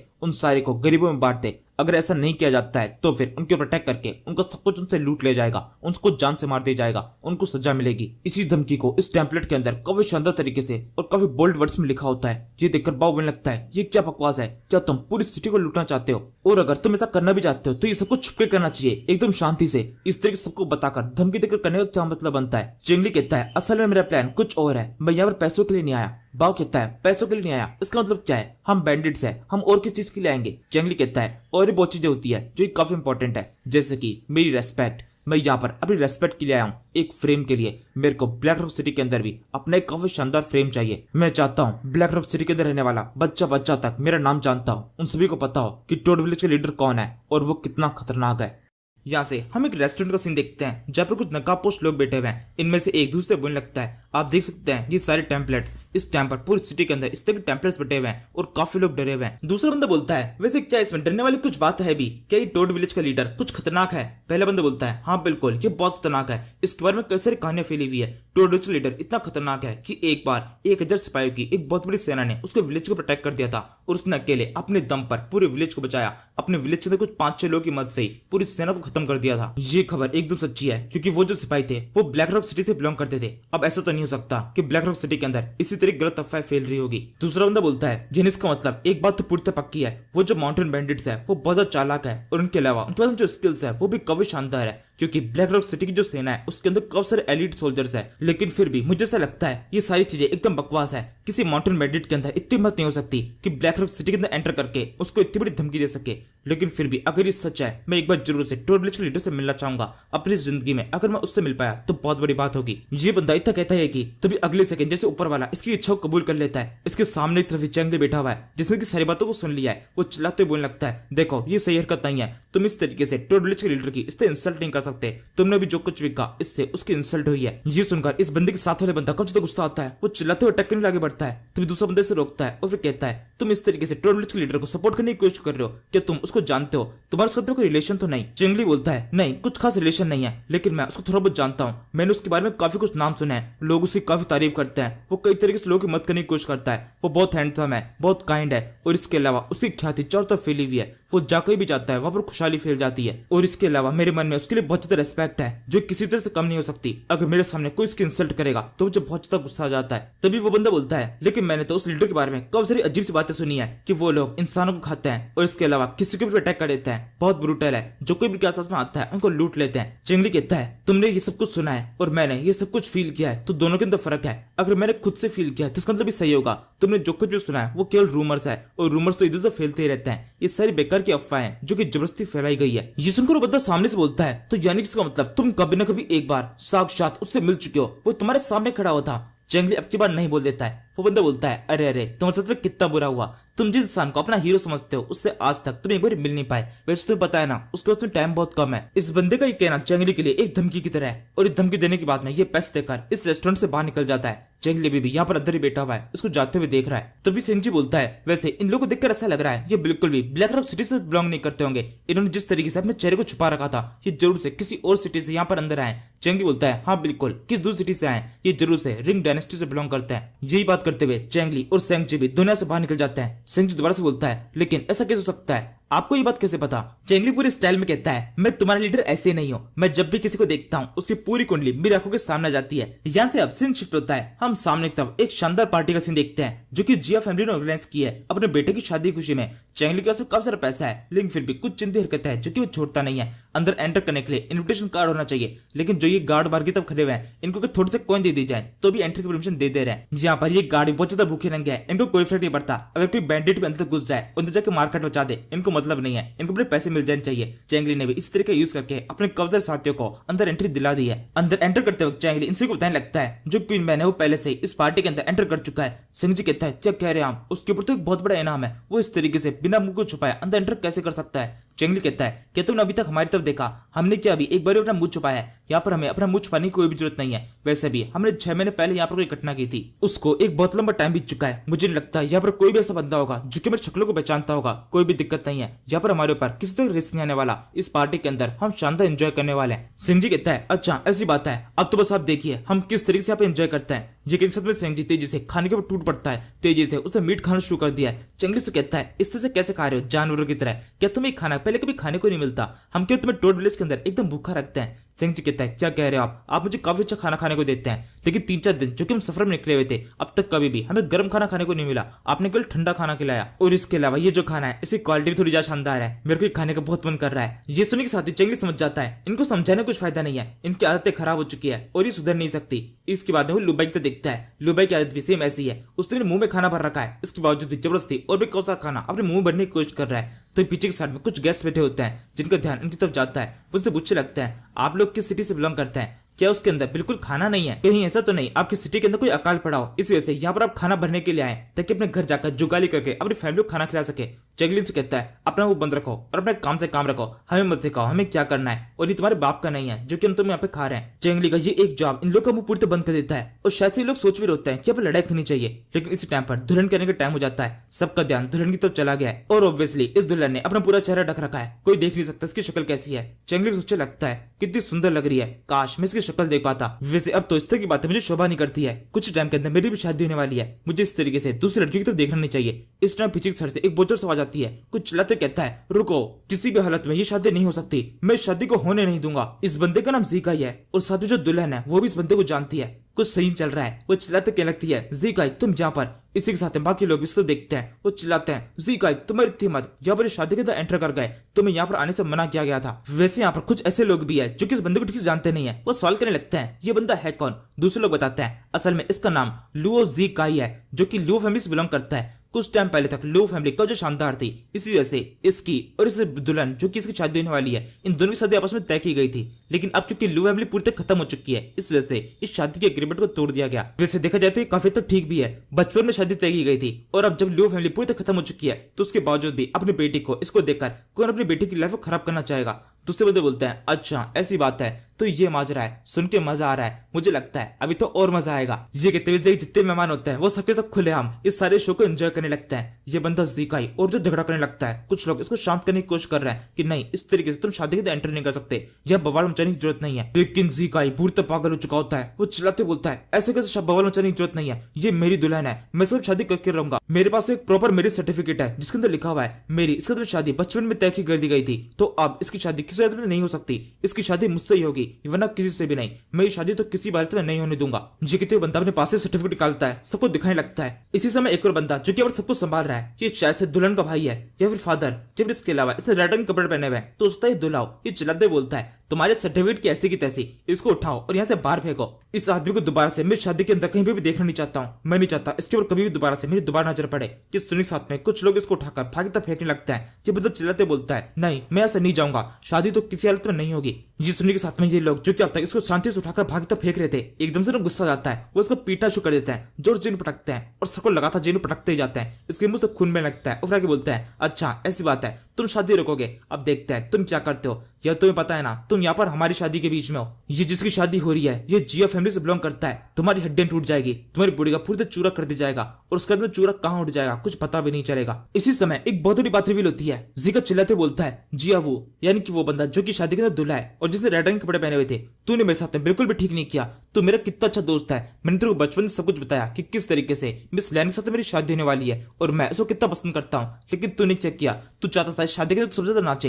लेकिन तूने तो खुद ही इसके साथ शादी कर ली। ये बिल्कुल भी ठीक नहीं है। तूने एक दोस्त छाती में इस तरह छुरा घोपा है। जिया वो एक दोस्त के नाम पर तू एक बहुत बड़ा कलंक है। अपने दोस्त के साथ में इस तरह से गद्दारी करना, क्या तुझे लगता है इसके बाद में तुझे कभी भी क्षमा मिल पाएगी? नर्क में भी तुझे जगह नहीं मिलेगी, तू बुरी तरह से मरेगा, तेरे को कीड़े पड़ेंगे। ये कि तो बंदा जिकाई जिया वो को बहुत बुरी बुरी गंदी गंदी गाली दे रहा होता है। उसको जितनी भी गाली मन में आती है वो सारी गाली उसको दे देता है। इस टाइम दुल्हन भी चलने लगती है। जीकाई बस शांत हो जाओ, इतनी गंदी गालियां मत दो। और ये कहते हुए दुल्हन रोना शुरू कर देती है। सब कुछ इसी दुल्हन की वजह से हो रहा है। दो दोस्तों के बीच में लड़ाई हो गई। जिया वो चिल्ला कहता है, मिस लैन ये आप क्या कर रही है? आपको रोने की जरूरत नहीं है और इस इंसान की बातों को सुनकर तो बिल्कुल भी नहीं। और तू मेरी बात ध्यान से सुन, मुझे कोई फर्क नहीं पड़ता बाहर में कहीं दिलो दोस्ती, पीटो इसे, इसको तब तक मारो जब तक ये मर नहीं जाए। और जब ये मर जाए तो वनकुंड की अग्नि के अंदर इसको भी जला देना, इसकी बॉडी को पूरी तरह से राख बना देना। और अब इसी के साथ में इस बंदे की दोबारा से पिटाई शुरू हो जाती है। काफी सारे लोग इसके खड़े हुए हैं जो कि लगातार इसको पीटते जा रहे हैं। उसके आसपास भी काफी सारे लोग खड़े हुए हैं जो कि शो को आराम से एंजॉय कर रहे हैं। इनमें से किसी को भी शादी से कोई फर्क नहीं पड़ता। सबने शादी को पूरी तरह इग्नोर कर दिया है और सब देख रहे हैं कि किस तरीके से इस बंदे को पीटा जा रहा है। लिटरली यहाँ पर जितने भी लोग हैं इनमें से किसी की भी नजर शायद दुल्हन दुल्हन के ऊपर है ही नहीं। सबके साथ केवल इस बंदे को देख रहे हैं कि किस तरीके से इसको पीटा जाएगा और कब ये मर जाएगा। वैसे अभी इस टाइम पर इस बंदे की लक्षण बिल्कुल भी ठीक नहीं है। बंदे के साथ में काफी कुछ बुरा हुआ है। लू फैमिली का था, लू फैमिली पूरी तरह खत्म हो गई तो इस वजह से इसकी हालत भी खराब हुई और शादी टूट गई। फिर भी इस बंदे ने किस तरीके से अपनी शादी को बचाने की कोशिश किया और अब इस तरीके से इसको इतनी बुरी तरह से पीटा जा रहा है। जब ये पिट रहा होता है तब इसके हाथ में सर्टिफिकेट छूट जाता है। ये दोबारा से सर्टिफिकेट पकड़ने की कोशिश करता है लेकिन इसको जाने नहीं दे रहे। लगातार पीटे जा रहे हैं, मुंह पर लात पर जाकर भी जगह मिल रही है, इसके मुक्के पड़ते जा रहे हैं। इसी समय दूल्हा जिसका नाम जिया हुआ है वो भी यहाँ पर हीरो बनने की कोशिश करता है। उसके हाथ में डंडा है, वो आगे बढ़ते बोलता है, अच्छा तो तुम यहाँ पर मुझसे लड़ने के लिए आए थे, मेरी वजह से शादी करने के लिए आए थे, चलो देखते हैं तुम मेरे सामने कब तक टिक पाते हो, मेरे से कम्पीट करोगे तुम, अब इसको संभालो। इसी के साथ ही जीका के सर के ऊपर डंडा जोर से आगे पड़ता है। जीका की हालत बहुत ज्यादा खराब जाती है, वो बस बेहोश होने वाला है। उसके बेहोश होने से ठीक पहले उसको नजर पड़ती है कुछ लोग जिसके हाथ में सर्टिफिकेट है और ये इस सर्टिफिकेट जलाने की बात कर रहे हैं। लेकिन अब जीका इस हालत में है नहीं कि कुछ भी कर सके। धीरे धीरे करके उसकी आंख पूरी तरह बंद जाती है। लेकिन अभी भी वो उस लड़की के बारे में सोच रहा है जो किसी और शादी करने वाली है। वो सोचने लगता है, मिस लैन मुझे माफ कर दीजिए, मैं यहाँ पर शादी को तोड़ने के लिए आया था, आपसे शादी करने के लिए आया था, लेकिन ये सब कुछ क्या हो गया? यहाँ पर इस शादी में आने का मेरा पूरा गंतव्य पूरी तरह बेकार हो चुका है। मैं आपके लिए कुछ भी नहीं कर पाया। इसके अगले सेकंड इसकी आंखें दोबारा से खुलने लगती है। इसको सामने की तरफ ये बंदा दिखाई दे रहा है, मतलब चैंगली दिखाई दे रहा है, जो कि इसके पास आकर से कहने लगता है, क्या तुम्हें जस्टिस के अंदर बिलीव है? क्या तुम्हें लगता है कि कोई और तुम्हें न्याय दिला सकता है? यही कहने के साथ में अब पारा एक दूसरे बदल चुका है। चैंगली की भी इस फाइट के अंदर एंट्री हो चुकी है। वो जोर से टेबल को छाल देता है। इसने खुद की टेबल को छाल दिया है। लियो भाई कहता है, ये क्या हरकत की? मेरे को भी खाना खाना था। वैसे जैसे चैंगली ने हरकत की है सबका ध्यान अब चैंगली के ऊपर जा चुका है। वो सबके सब नोटिस कर लेते हैं, ये शायद से माउंटेन बैंडिट्स है। चिल्लाते क्या लगता है ये शायद से वही बैंडिट्स है जिनके बारे में पैम्पलेट चारों तरफ बट रहे थे। जिन लोग कौन है जो कि शादी के अंदर एंटर कर चुके हैं, शायद से इन्हें पीटना चाहिए। मतलब यहाँ पे मौजूद सभी लोगों को केवल एक सेकंड लगता है इस पूरे गंतव्य पहुंचने पर कि किसी ने अगर टेबल उछाली है तो इसका मतलब माउंटेन बैंडिट होगा और उसको पीटना चाहिए। और इसी के साथ में ये लोग इन तीनों को घेर लेते हैं। अभी इस टाइम पर चैंगली के साथ में केवल दो बंदे और हैं, लू भाई और सेंगजी। दोनों लड़ाई के अंदर ज्यादा कुछ खास नहीं है, केवल चैंगली अकेला है जो कुछ कर सकता है, लेकिन फिर भी ये लोग डरते नहीं है। वैसे अभी भी ये दूल्हा इस फाइट के अंदर एंटर कर रहा होता है। चैंगली सबसे कहता है, सबके सब यहाँ से निकल लो, मैं चाहता हूँ जिया फैमिली के अलावा सबके सब यहाँ से चले जाए। मैं किसी को भी कोई चोट पहुंचाना नहीं चाहता, हमारा टारगेट केवल जिया फैमिली है। ये सुनकर बाकी सभी लोग यहाँ से भाग जाते हैं। अब केवल जिया फैमिली के और इसके अलावा उनके कुछ नौकर यहाँ पे बचे हुए हैं। सिंह कहता है, हमें क्या करना चाहिए? क्या हम इनसे फाइट करेंगे? ये लोग हमसे बहुत ज्यादा है और इसके अलावा हम इनके इलाके में। चैंगली कहता है, इससे कोई फर्क नहीं पड़ता ये इलाका किसका है, लेकिन यहाँ पर हमारे लोग ज्यादा है। क्वीनमैन तैयार हो जाओ, फाइट शुरू हो चुकी है। इसके बाद हम क्वीनमैन को देखते हैं। क्वीनमैन और लेन आराम से बैठकर खाने को एंजॉय कर रहे हैं। इनको अभी तक पता ही नहीं लड़ाई शुरू हो चुकी है। जब चैंगली इस तरीके से इनको चिल्ला के बोलता है तब इनको होश आता है कि लड़ाई हो रही है। और अब इसी के साथ में ये लोग भी इस लड़ाई के अंदर शामिल हो जाते हैं और उनके शामिल होने के साथ में लड़ाई का पूरा रुख बदल चुका है। ये क्वीनमैन, लेन और इसके अलावा बेवड़ा तीनों लड़ाई में कूद गए और उनके कूदने के साथ ये लोग बुरी तरह से पिटना शुरू कर देते हैं। इनकी हालत खराब हो चुकी है। क्वीनमैन ने अकेले सिंगल हैंडेडली इन सभी को पीट दिया है। जिया फैमिली के ये लोग किस तरीके से कुछ करने की कोशिश करते हैं, लेकिन क्वीनमैन के सामने इनका बस चलता नहीं है। ये पूरी तरह से लाचार है, केवल क्वीनमैन के हाथों से बुरी तरह से पिटते जाते हैं। एंड के अंदर इस दूल्हे का भी नंबर आता है। क्वीन मैन ने इस टाइम पर जिया फैमिली के बंदे को उठा रखा है और दूसरे हाथ से वो तेजी से इस दूल्हे की तरफ बढ़ रहा है। उसके पास में पहुंचकर उसको पकड़ लेता है, जोर से पटकता है और फिर से कहता है शांत हो जाओ, अब अगर तुम्हारे मुंह से एक भी शब्द निकला तो तुम्हारी हालत बहुत खराब होने वाली है। ठीक इसी समय फाइनली एक होशियार बंदे की यहाँ पर एंट्री होती है। ये एक बूढ़ा आदमी है। यहाँ पर बोलने लगता है मास्टर चैंग प्लीज रुक जाइए, मुझे पता है आप कौन है, आपका नाम चैंगली है ना, हम आपसे बहुत ज्यादा डरते हैं और इसके अलावा हमारी आपके साथ में कोई लड़ाई भी नहीं है, तो बेकार में हम पर अटैक मत कीजिए और प्लीज मेरे बेटे को छोड़ दीजिए। अगर यहाँ पर आपको हमसे कुछ भी चाहिए तो वो सब कुछ जो कि हमारे पास में है वो सब कुछ आपको देने के लिए तैयार है, आपको जो चाहिए वो आपको मिल जाएगा, बस मेरे बेटे को मारिए मत। चैंगली कहता है एक मिनट, शायद से मैंने पूरी सिटी के अंदर पैम्पलेट बंटवा दिए थे, तुम्हारे पास से नहीं पहुंचे। उस पैम्पलेट के अंदर मैंने लिखा हुआ था कि जिस किसी के पास में भी बहुत सारा पैसा है वो जल्दी से उस सारे पैसे को गरीबों में बांट दे, वरना उससे तुम्हें अच्छा नहीं होगा। क्या तुमने ऐसा कुछ किया? क्या तुमने अपने पैसे को गरीबों में बांट दिया है? अगर तुमने ऐसा कर दिया है तब तुम्हारे बीच में कोई भी दुश्मनी नहीं है, मैं तुरंत ही तुम्हारे बेटे को छोड़ दूंगा और यहाँ चला जाऊंगा। ये सुनने के साथ ही इस ओल्ड मैन का मुंह पूरी बंद हो जाता है। चैंगली के बोलता है वैसे मेरे को एक और चीज है जो कि तुमसे चाहिए, तुमने भी कहा तुम सब कुछ मुझे देने के लिए तैयार हो, तो कैसा रहेगा ये लड़की जिसके साथ में तुम्हारे बेटे की शादी होने वाली थी, तुम इसे मेरे हवाले कर दो। ओल्ड मैन बोलता है बस इतनी सी बात, आप चाहिए तो इसे लेके जा सकते हैं, मुझे कोई भी दिक्कत नहीं है। ये कहते हुए इस ओल्ड मैन ने अपनी बहू का सौदा कर दिया है और फिर भी ये बंदा हंस रहा है। चैंगली सोचने लगता है ये तो हाँ कह दिया, अब मैं क्या करूंगा इस लड़की का, अगर स्विंग को पता चल गया कि मैं एक और लड़की को अपने विलेज के लेके आ गया हूँ और वो भी उस लड़की को जिसकी ज्यादा शादी होने वाली थी, तब तो पता नहीं वो किस तरह से आतंक मचा देगी। मेरा स्ट्रेस बहुत ज्यादा बढ़ जाने वाला है, इतना बड़ा स्ट्रेस मैं अपने सर पे नहीं ले सकता हूँ। इसी समय चैंगली को शायद से अपनी पुरानी इच्छा याद आती है, वो उस लड़की के पास में आता है और फिर से घूंघट उठा लेता है। उसको उसकी शक्ल दिखाई दे रही है, ये लड़की बहुत ज्यादा सुंदर है। चैंगली से कहता है तुम्हारी शक्ल कुछ ज्यादा शानदार है और इसे देखकर मैं पक्के तौर पर कह सकता हूँ कि क्यों ये दोनों बंदे तुम्हारे लिए लड़ रहे थे, इस शक्ल को देखकर तब कोई भी लड़ लेगा। कुछ देर तक ये सब कुछ होने की बात है, हम कुछ सेकंड बाद में देखते हैं चैंगली ने सब कुछ सेटअप कर दिया है। क्वीन मैन ने इस टाइम पर दो बंदे उठा रखा है,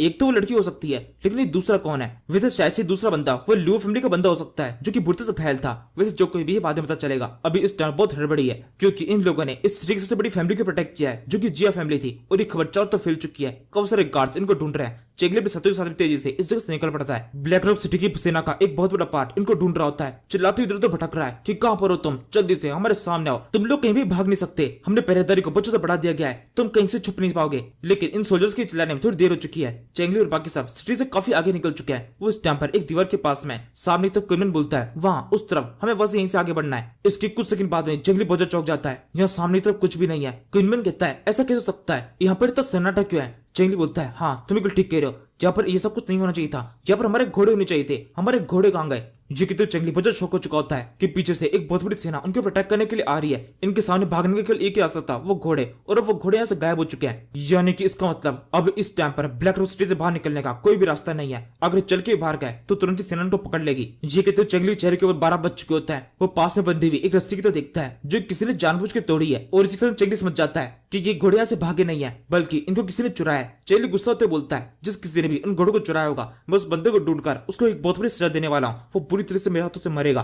सिंजी कहता है कि ऐसा हो सकता है यहाँ पर आसपास से कोई गुजर रहा हो, उसकी घोड़ों के ऊपर नजर पड़ गई और वो घोड़ों को लेकर चला गया। चैंगली बोलता है ये पूरी तरह नामुमकिन है, यहाँ पर इस जगह पर कोई भी नहीं आता है, ये एक बहुत सुनसान इलाका है, मैंने एकदम देख कर सभी घोड़ों को इन पेड़ों के बांधा था, वरना मैं उनको यहाँ पे छोड़ के ही नहीं जाता। तुम जानते हो इसका मतलब क्या है? हमारे खिलाफ साजिश रची गई है, ये सब कुछ एकदम जानबूझ के किया गया है, किसी ने हमारे घोड़े जानबूझ के चुराए ताकि हम यहाँ से निकल ना पाए। सिंजी कहता है चीफ इससे घबराइए मत, अगर आप घबराएंगे तो हमारी घबराहट और बढ़ती जाएगी, प्लीज सोचिए हम किस तरह से निकल सकते हैं, या कोई और रास्ता नहीं है। जब सिंजी कह रहा होता है तब तो नोटिस करता है यहाँ पर दोनों बंदे जिनको पकड़ के लाया गया है, एक तो वो लड़की है और दूसरा बंदा दूल्हा है। मतलब चैंगली ने यहाँ पर दूल्हा दुल्हन दोनों को किडनैप कर लिया है। यहाँ पे दुल्हन को तो समझ में आता है कि लड़की को किडनैप करने की बात में उस लड़की को सौंपी जा सकती है जिसकी कुछ देर पहले बहुत बुरी तरह पिटाई की गई थी, लेकिन दूल्हे को किडनैप क्यों किया गया? चैंगली कहता है एक बात तो पक्का है, हम यहाँ पर इस टाइम पर सिटी से बाहर नहीं निकल सकते बिना घोड़े के, तो नामुमकिन है। यानी इसका मतलब हमें वुल्फ लेडी से बात करनी चाहिए, वो जरूर से अभी भी सिटी के अंदर ही होगी। सिंजी तुम और क्वीन जाओ और जाकर उसको ढूंढो, किसी भी तरीके से उसको मेरे सामने लेके आना,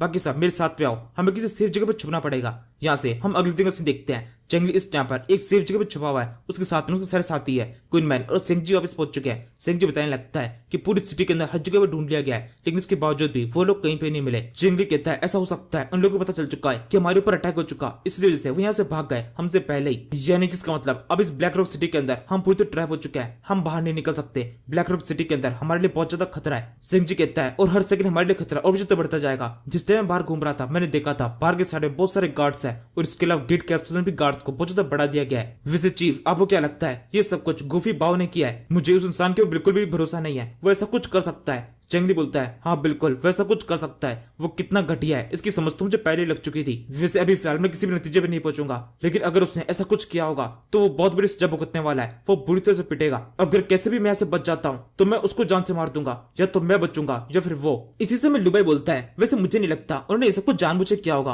उनको लगा वो नॉर्मल से घोड़े हैं और हमें घोड़ों की जरूरत पड़ेगी नहीं, इस वजह से उन्होंने चुरा लिया। उनको नहीं लगा होगा हमारे ऊपर इतना बड़ा खतरा हो सकता है। उन्होंने केवल हमारे घोड़े तो चुराए ना, कोई बात नहीं, घोड़े तो दोबारा से खरीद लेंगे। चेंगली को एकदम से याद आता है उसने घोड़ों को अकेला नहीं छोड़ा था, बल्कि घोड़ों के साथ में अपनी एक्स भी रख दी थी, क्योंकि वो एक्स बहुत ज्यादा खतरनाक थी। जो कोई भी उस एक्स को देखता था उस बहुत ज्यादा डर जाता था और तुरंत समझ जाता था कि जिस किसी बंदे के हाथ में वो एक्स होगी वो जरूर से कोई माउंटेन बैंडिट होगा। इसलिए चेंगली उसको साइड में रख के आया था। यानी कि इसका मतलब जिस किसी ने भी उस घोड़े को चुराया तो उसने जरूर से उस एक्स को भी चुरा लिया होगा। चेंगली को बहुत बड़ा शौक लगता है, ये सेकंड शौक है। वो चिल्लाते बोलता है ये बिल्कुल भी ठीक नहीं हुआ, किसी ने मेरी एक्स भी चुरा ली, मुझे किसी भी तरीके से मेरी एक्स ला के दो, वो एक्स मुझे बहुत प्यारी थी। ये कहते चेंगली बच्चों की तरह रो रहा होता है। वही दूसरी तरफ हम किसी दूसरे एरिया का सीन देखते हैं जहाँ पर काफी सारे घोड़े हैं और इसके अलावा वो सारे वेपन्स भी जो कि चेंगली ने इस जगह पर छोड़े थे। साथ में काफी सारे लोग भी हैं जो कि आराम से एंजॉय कर रहे हैं। इन सभी के चेहरे के ऊपर एक बहुत बड़ी स्माइल होती है और ये हंसते बोलने लगते हैं आज तो एक बहुत बड़ा हाथ मारा है, काफी सारे घोड़े हो चुके और शानदार वेपन्स भी। ये कहते ये लोग मस्त अपनी शराब को एंजॉय कर रहे होते हैं। और इस टाइम पर नोटिस करता है ये लोग बिल्कुल भी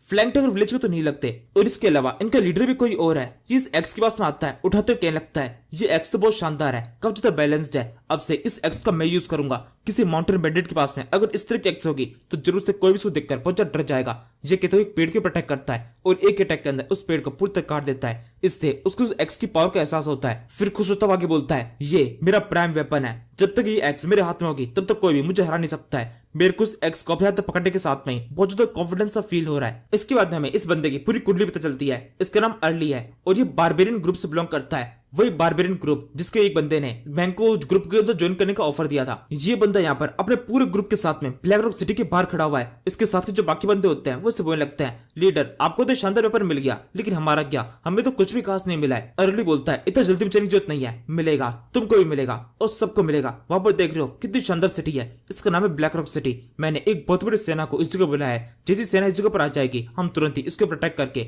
पूरी ब्लैक रॉक सिटी को अपने कब्जे में कर लेंगे। फिर तुम्हें जो कुछ भी चाहिए तुम ले लेना, पूरी सिटी तुम्हारी होगी। इस सिटी की हर एक चीज के ऊपर तुम्हारा अधिकार होगा, केवल तख्त मेरे लिए छोड़ देना, क्योंकि इस सिटी के ऊपर मैं राज करने वाला हूँ। बस अब एक बार हमारी सेना इस जगह पहुंच जाए, उतनी देर की बाकी है, ब्लैक रॉक सिटी हमारा अधिकार में होने वाली है। इसके बाद में हम दोबारा से ब्लैक रॉक सिटी का सीन देखते हैं। चेंगली इस टाइम पर अपने घर से बाहर निकला हुआ है। अंधेरी रात है, काफी ज्यादा ठंड मची हुई है और चेंगली अकेला बाहर नहीं निकला, उसने पूरे ग्रुप को बाहर निकाल लिया है। उसके साथ ही बोलने लगता है बहुत ज्यादा ठंड है, हमें इस टाइम पर घर से बाहर नहीं निकलना चाहिए और साथ में काफी सारे लोग हमें ढूंढ रहे हैं, बाहर निकलना हमारे लिए बहुत रिस्की है। चेंगली कहता है ये बात मैं अच्छी तरह जानता हूँ, इसी वजह से हमने अपने चेहरे को ढक रखा है और इसके अलावा हमारे कुछ काम है, कुछ चीजों को हमें करना ही पड़ेगा, कुछ अच्छे काम हमें करने चाहिए, जैसे कि एक बूढ़े आदमी को हमारी मदद की जरूरत है। ब्लैक रॉक सिटी का जो स्ट्रेटेजिस्ट है, जो अभी का स्ट्रेटेजिस्ट है, उसको हमारी थोड़ी मदद चाहिए। वो बेचारा एक बूढ़ा आदमी है, उस बूढ़े आदमी की अगर हम थोड़ी सी मदद कर देंगे तो हेवन में हमें एक अच्छी जगह मिलेगी। सिंह जी कहता है अच्छा ऐसी बात है, उसकी मदद करने से हमें अच्छी जगह मिलेगी। आपको पता है वो बंदा 60 साल का है और आप जिसे बीमार बोल रहे हैं वो बीमार बिल्कुल भी नहीं है। उसने 14 साल की एक लड़की से अभी हाल ही में शादी किया है। वो बंदा एक नंबर का हफ्सी इंसान है और अगर हम किसी भी तरीके से उसे कोई मदद करने की कोशिश करते हैं, एक दिन भी उसकी जिंदगी बढ़ा देते हैं, तो फिर हमें नरक में जगह मिलेगी। हमारे सारे पुण्य कर्म जो कि हमने जिंदगी में किया है उसकी एक दिन के कारण ही पूरे खराब हो जाएंगे। चेंगली कहता है हाँ ये बात मैं अच्छी तरह जानता हूँ, मेरे को उससे कुछ और काम भी है। यहाँ पर स्थिति से बाहर निकलने में वो हमें थोड़ी बहुत मदद कर सकता है, मैं अपने फायदे के लिए जा रहा हूँ। ये सुनकर लेन और लियो भाई दोनों एक साथ बोलते हैं वो तो हम जानते ही थे,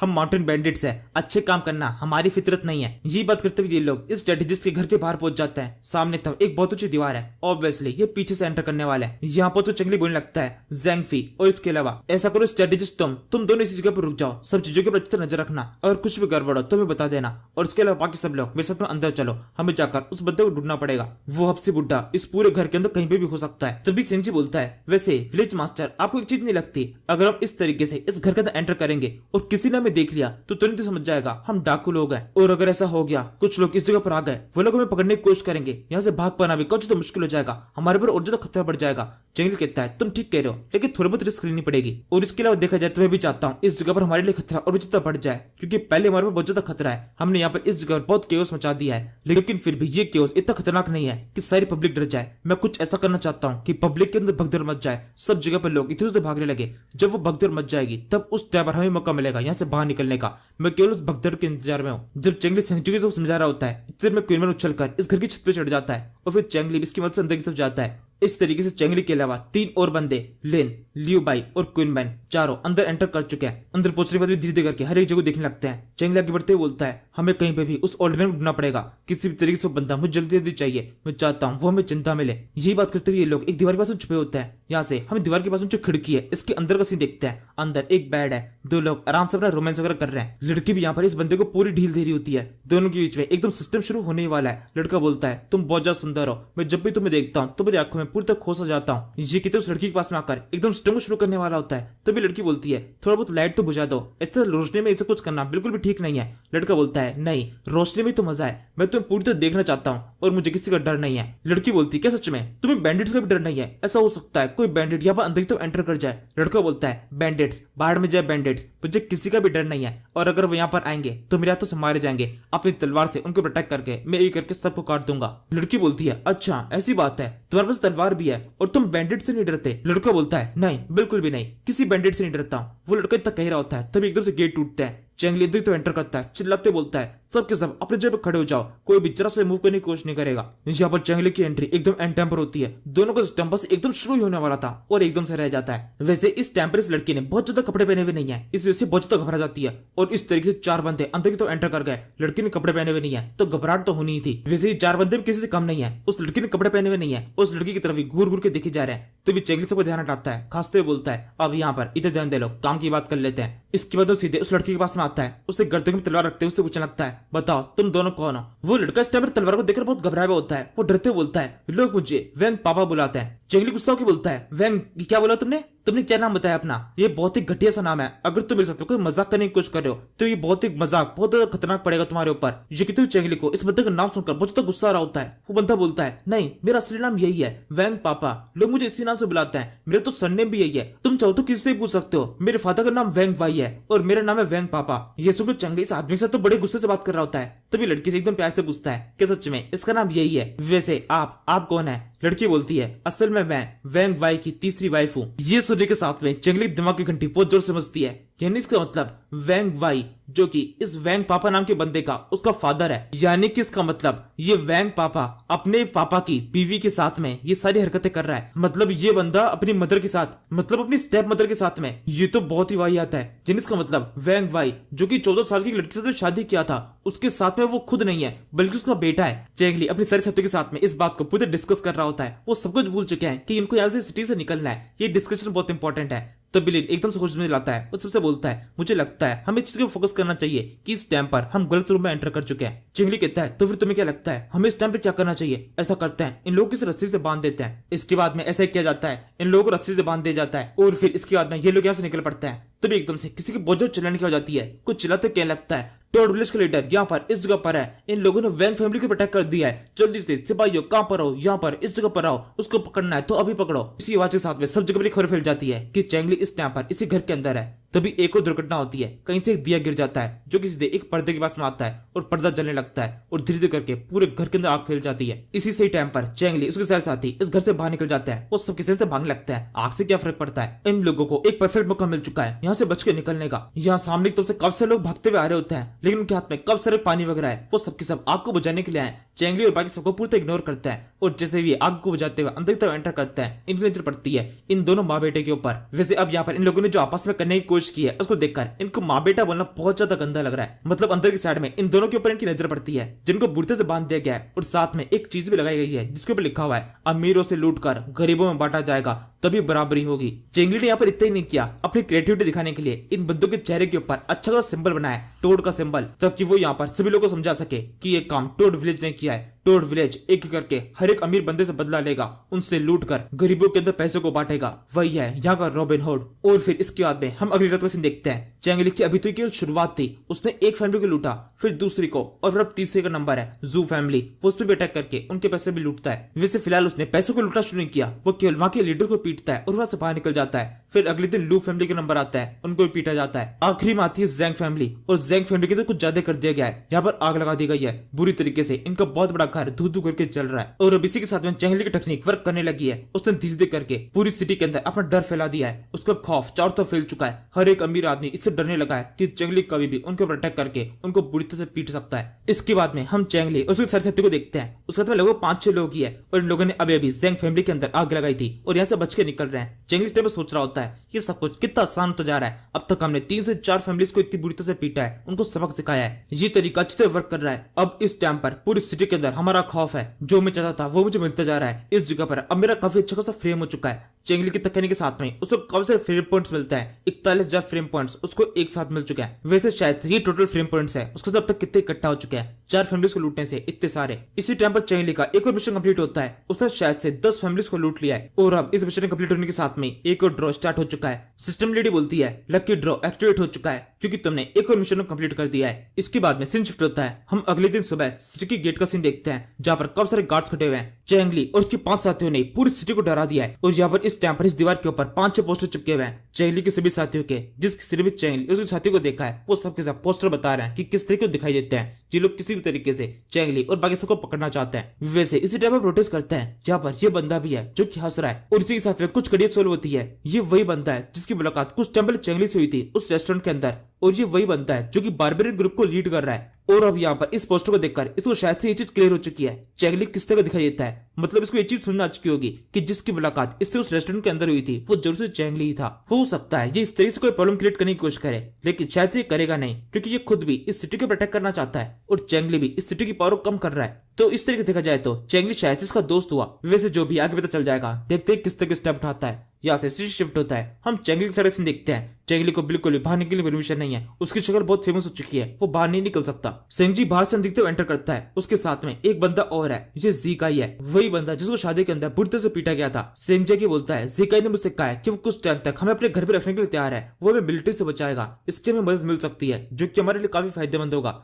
चेंगली बोलता है क्या सच में इसकी मदद हमारे लिए काम आएगी? तुम्हें पता है ना अभी इस टाइम पर हम किस सिचुएशन के अंदर है, हम इस तरीके से किसी के ऊपर भरोसा नहीं कर सकते। सेंगजी बोलता है मुझे नहीं लगता ये किसी भी तरीके से हमको धोखा देने की कोशिश करेगा, इसकी कोई फैमिली नहीं है, अपनी फैमिली के अंदर एकलौता है, फिर हमें ढूंढने की कोशिश कर रहा था जहाँ पर हम तक पहुंच गया। इसका मतलब इसमें कुछ तो बात है। और इसके अलावा इसका ये भी कहना है कि हमने इसकी मदद की है। वो लड़की जिसको हमने किडनैप किया था ये उसको जानता है, उससे शादी करना चाहता है, उसको बहुत प्यार करता है, उसी की वजह से हमारे पास में यहाँ तक आया है। जीकाई बोलता है हाँ बिल्कुल, उसका नाम सुलान है और मैं उसको बहुत ज्यादा प्यार करता हूँ। आपने उसको किडनैप कर मेरी काफी मदद की है, उस शादी को आपने रोक दिया, इस एहसान को मैं कभी भी नहीं चुका पाऊंगा। इस एहसान के बदले में अगर मेरे को आपके लिए कभी अपनी जान देनी पड़ी तो मैं उसके लिए भी तैयार हो जाऊंगा। चेंगली कहता है अरे रुक जाओ, तुम्हें ऐसा कुछ करने की जरूरत नहीं है, वैसे तुम चिंता मत करो, एक टाइम ऐसा आएगा जब तुम्हें सच में अपनी जान देने की जरूरत पड़ेगी, तब तुम पीछे मत हटना। वैसे तुम्हें ये तो अंदाजा है ना यहाँ पर तुमसे बात कर भी एक बहुत बड़ी गलती कर रहे हो। यहाँ पर पूरी सिटी के अंदर हम बहुत ज्यादा फेमस हो चुके हैं, हमारा नाम बहुत ज्यादा खतरनाक हो चुका है। अगर तुमसे बात भी करोगे और किसी को पता चल जाती है तो तुम्हें तुरंत ही मार दिया जाएगा। तो क्या तुम अपने अंजाम के लिए तैयार हो? जीकाई बिना सोचे तुरंत ही हाँ बोल देता है। चेंगली बोलता है तो फिर ठीक है, हम टेम्परेरी तौर पर तुम्हारे मेहमान रहेंगे,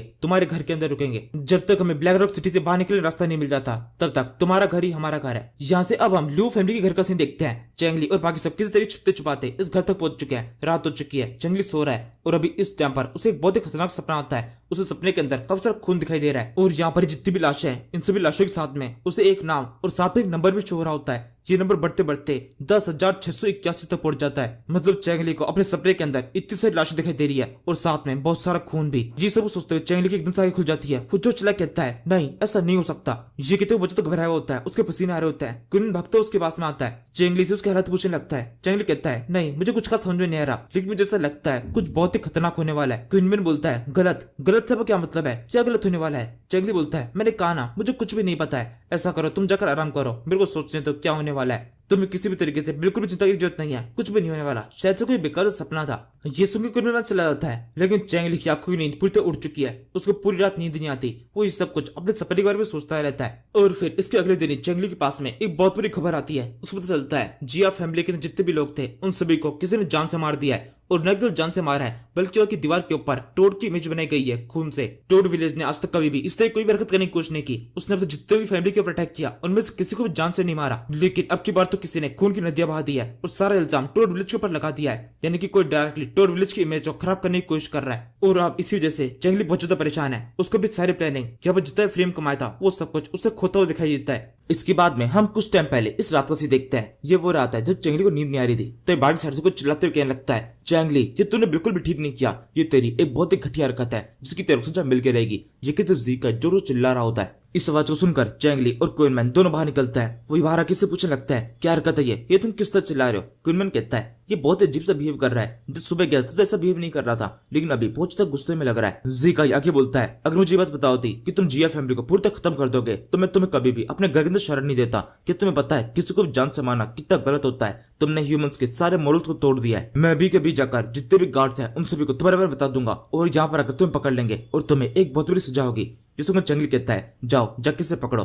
ये सारा क्वीनमैन की तरफ है। इसके अगले सेकंड हम जीका का बंदा देखते हैं। जीका ने उसे पकड़ लिया है। फिर चेंगली से एकदम आराम से पूछता है, मुझे बताओ हुआ क्या है, एकदम शांति से समझाओ। जीका कहता है, शांति से समझाओ? तुमने इतना बड़ा कांड कर दिया और उसके तुम मुझसे एक्सपेक्ट कर रहे हो कि तो शांति समझाऊंगा? तुमने जिया फैमिली को पूरी तरह खत्म कर दिया और वहां पर तुम्हारा सिंबल ही बना हुआ है, इसलिए मुझसे झूठ मत बोलना। चेंगली कहता है, वहां पर हमारा सिंबल बना हुआ है, इसका मतलब ये नहीं वो काम हमने किया है। और एक मिनट, तुमने भी क्या कहा? किसी ने जिया फैमिली को मार दिया, उसके सभी लोग मारे गए? जीका बोलता है, हाँ बिल्कुल मारे गए। अब ज्यादा भोले बने का नाटक मत करो, मुझे पता है ये कम तुमने ही किया है। वहां पर चारों तरफ खून ही खून फैला हुआ था, वहां के सभी लोग बुरी तरह से मारे गए। वो तो तुम्हारे साथ में पूरी तरह कॉम्प्रोमाइज करने के लिए तैयार थे, तुम्हारी सारी बातों को मान रहे थे, लेकिन उसके बावजूद भी तुमने ऐसा क्यों किया? उनको जान से मारने की जरूरत नहीं थी, वहां पर खून से तुम्हारा सिंबल ही बना हुआ था। तुमने न केवल जिया फैमिली को खत्म किया बल्कि लियो फैमिली के भी 37 लोग को मार दिया। उस फैमिली के अंदर कई सारे बच्चे थे, कई सारे बूढ़े थे, तुमने उनके ऊपर भी कोई दया नहीं दिखाई, उनको भी काट दिया। तुम सच में बहुत ज्यादा ब्रूटल हो। मैंने तुम्हारे पर दया दिखाई, तुम्हारे घर में रहने का मौका दिया और तुमने इस तरीके से यहाँ पर मारकाट मचा दी, लोगों को जान से मार दिया। ये ठीक नहीं किया। ये सब सुनते हुए सेंगजी बाहर आता है। वो भी इस टाइम बहुत घबराया होता है। वो क्या लगता है, चीफ ये सब कुछ क्या हो गया? ये सारे इल्जाम हम पर क्यों लग रहा है? जीका आगे बोलता है, एक मिनट, तुम्हारे साथ में तो मिस लैन भी है,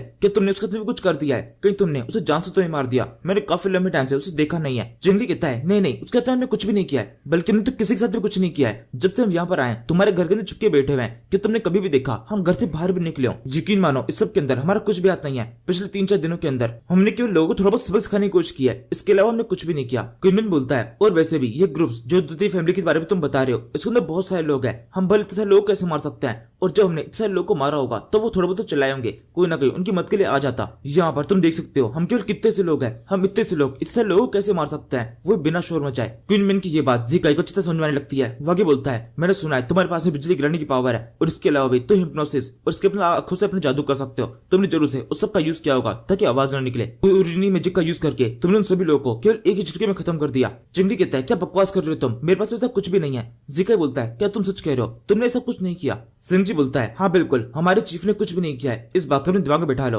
और जिस किसी ने भी ये किया है और हमारे नाम को से बदनाम करने की कोशिश कर रहा है उसको सजा मिल जाएगी। चलो अब अंदर चलते हैं, यहाँ पर इस तरीके से हमारा बाहर होना बिल्कुल भी सेफ नहीं है। इसी के साथ में चेंगली, सेंगजी और बाकी सब ये सब अंदर की तरफ आ जाते हैं। सुबह हो जाती है। चेंगली भी काफी ज्यादा परेशान है। उसके साथ में उसके सारे लोग बैठे हुए हैं। उनसे पूछने लगता है, तुम लोग क्या लगता है ये सब कुछ कैसे हुआ है? लिन कहता है, मेरे केवल एक ही बंदे के ऊपर शक है, कैसा हो सकता है ये काम उसने किया हो। क्वीन बोलता है, हाँ तुम ठीक कह रहे हो, ये काम शायद से गुफी बाओ ने किया होगा हमारे नाम को और ज्यादा बिगाड़ने के लिए। सिंजी कहता है, नहीं ऐसा बिल्कुल नहीं हो सकता, मेरे को विलेज के अंदर रहते हुए काफी लंबा टाइम हो चुका है, मैं गुफी बाओ और गुफी दोनों को अच्छी तरह जानता हूँ। वो दोनों किसी को भी लूट सकते हैं, उनको बुरी तरह से पीट सकते हैं, लेकिन जान से नहीं मार सकते। ऐसा बहुत कम हुआ है कि मैं ऐसी घटना सुनने को मिली हो कि उन्होंने किसी को जान से मार दिया हो। लिन कहता है, लेकिन उसके अलावा और कौन हो सकता है जो कि टोड विलेज के नाम को पूरी तरह से बिगाड़ना चाहता हो, और कुछ कैसे फायदा होगा? जेंग कहता है, ये काम हुआ तो है, और मुझे ऐसा लगता है हमारे जितने भी ग्रुप्स हैं इनके अलावा भी कोई और ग्रुप है जो कि यहाँ पर एग्जिस्ट करता है और वो बहुत ज्यादा खतरनाक है। लियू भाई बोलता है, हाँ शायद सब बिल्कुल ठीक कह रहे हैं, कोई प्रोफेशनल ग्रुप। अगर यहाँ पर कोई माउंटेन बैंडिट उनके ग्रुप के ऊपर अटैक करता,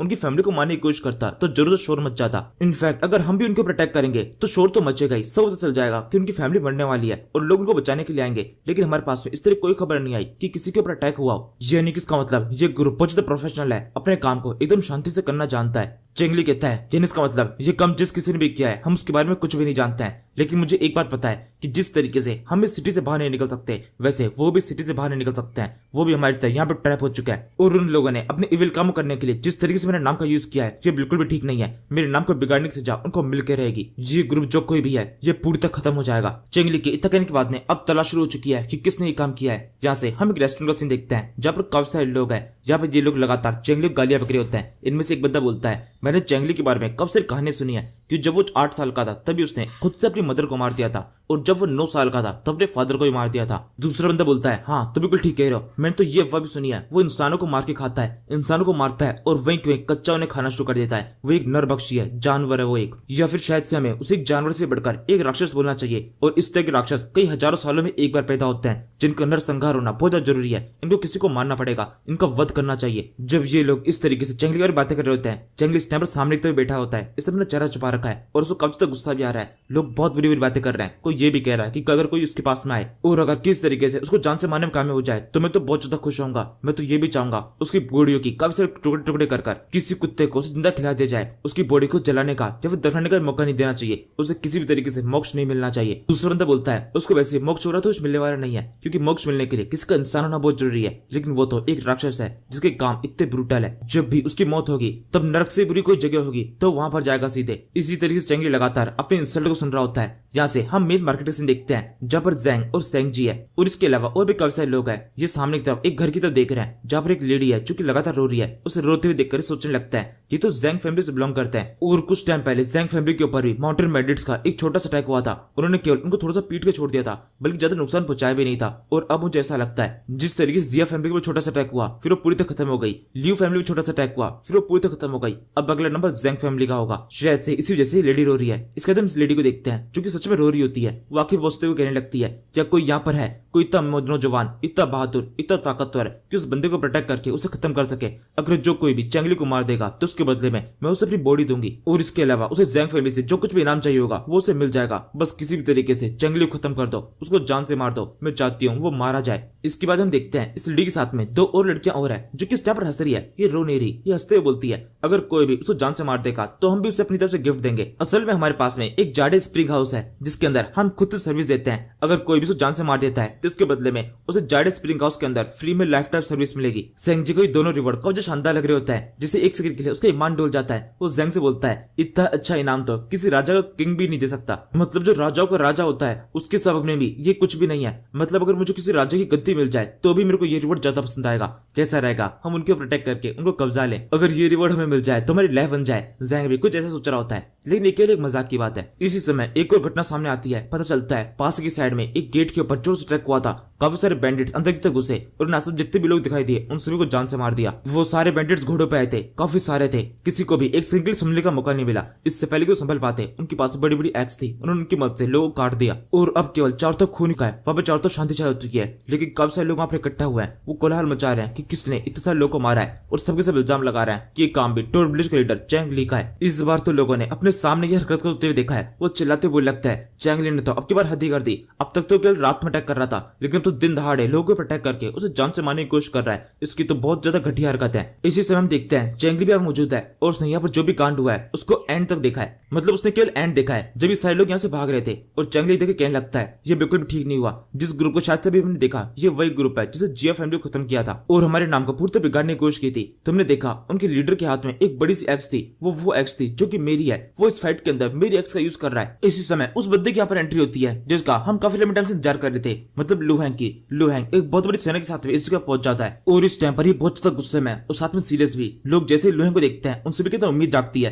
कि लुहैंग जाकर उन सारे बैंडिट्स को पूरी तरह खत्म करेगा, उनका पीछा करेगा और सबको मार देगा। वैसे यहाँ पर कुछ ऐसी लड़कियां भी है जो कि लुहैंग के अलावा बाकी सोल्जर्स को देख रही है। ये बाकी सोल्जर्स को ज्यादा पसंद करती है। इनमें से एक से बोलने लगती है जब कभी भी तुम सारे बैंडिट्स को मार के वापस लौटोगे तब मैं तुमसे शादी कर लूंगी। दूसरी लड़की बोलती है हाँ जाओ और जाकर उन्हें खत्म कर दो। चैंग ली तुम्हारे हाथों से मरना चाहिए। ये सुनकर सिपाही भी जोश में जाते हैं। वो खुश होते बोलते हैं हाँ बिल्कुल, जिस दिन मैं चैंग ली को मार दूंगा उस दिन सीधा आकर तुम्हें प्रपोज करूंगा और फिर उसी दिन हम शादी करेंगे। दूसरा बंदा बोलता है हाँ जू तुम मेरी बिल्कुल चिंता मत करना, मैं जल्दी एक लड़ाई में जा रहा हूँ और लड़ाई में जीतने के बाद में जल्दी वापस लौट आऊंगा। मेरे को किसी भी तरह की कोई चोट नहीं लगेगी। उस चैंग ली को मारना रहता हूँ मेरे लिए बहुत आसान है। ये कहते हुए सारी सेनाएं जारी होती है। इसी समय चैंग ली नोटिस करता है इनमें से मैक्सिमम सिपाही के पास में इनके प्रॉपर घोड़े नहीं है। कुछ लोग गायों के ऊपर सवार है तो कुछ लोग गधों के ऊपर। ये लोग लड़ाई में उतरने के लिए जा रहे हैं और घोड़े भी लेके नहीं जा रहे। ये गाय और गधे लड़ाई के अंदर किस तरीके से इनकी मदद कर पाएंगे। ये लोग तो केवल नंबर ही बढ़ाने वाले हैं। इस बात को यहाँ पर केवल चैंग ली ने नोटिस किया है। बाकी जितने भी लोग हैं वो सबके सब अपने सिपाही को प्रोत्साहन कर रहे होते हैं। उनसे बोलने लगते हैं जाओ जाकर चैंग ली खत्म कर दो और उसके आतंक को खत्म करो। आज के बाद में कभी भी हमारी सिटी के ऊपर अटैक नहीं करना चाहिए। इसी समय चैंग ली को एक स्क्रीन डिश होती है जिसके ऊपर लिखा हुआ है तुम्हें एक साथ 7 लाख फेयर पॉइंट्स मिलते हैं। भले ही वो जो कोई भी है, वो लेकिन वो डर तुम्हारे नाम का फैला रहा है और इस वजह से फियर पॉइंट्स भी तुम्हें मिल रहा है। अब कुछ टाइम के अंदर तुम्हारे पास में 1 मिलियन फियर पॉइंट्स हो जाएंगे, जिसके बाद में एक तुम टॉप क्वालिटी के कमांडर को समन कर पाओगे। चेंगली सिस्टम विंडो की इस बात को सुनता है लेकिन बिल्कुल भी खुश नहीं होता। उसे ये खुशी की बात नहीं है, उसको किसी और के नाम के फियर पॉइंट्स मिल रहा है और कोई और उसके नाम से लोगों को मारता जा रहा है। वो काफी तक गुस्से में जी भाई उससे बोलता है हमें क्या करना चाहिए, हम यहाँ पर रुके या फिर यहाँ से चले। चेंगली कहता है मैं जानता हूँ मुझे भी क्या करना है, मुझे किसी भी तरीके से अपनी एक्स, अपने घोड़े, अपना सम्मान सब कुछ वापस चाहिए। मैं किसी भी तरीके से ऐसे वैसे किसी भी एरे गहरे को अपना सम्मान अपन से चुराने नहीं दूंगा, मुझे सब कुछ चाहिए जो कि मेरा है। लियू भाई कहता है आपका मतलब क्या है? चेंगली कहता है इसका मतलब यह है अब नकाब के पीछे छुपने का टाइम खत्म हो चुका है, अब टाइम है खुद से सर उठा के सामने आने का, सबको बताने का कि असली चेंगली कौन है। ये कहते हुए चेंगली अपनी टोपी जिससे अपना सर छुपा रखा होता है उसको साइड में फेंक देता है और फिर आगे तो बढ़ने लगता है। इसके बाद में हम ब्लैक रॉक सिटी के बाहर से देखते हैं, जहाँ पर हमें सेनाओं के 2 ग्रुप दिखाई देते हैं। एक ग्रुप बहुत बड़ा है जो कि ब्लैक रॉक सिटी का है और दूसरा ग्रुप छोटा है जो कि बारबेरियन ग्रुप का, और इन्हीं के लीडर के पास में चेंगली की एक्स है। इसके साथ वाला बंदा इससे पूछने लगता है वैसे अब वो क्या लगता है हमारी सेना को यहाँ पहुंचने में और कितना टाइम लगेगा?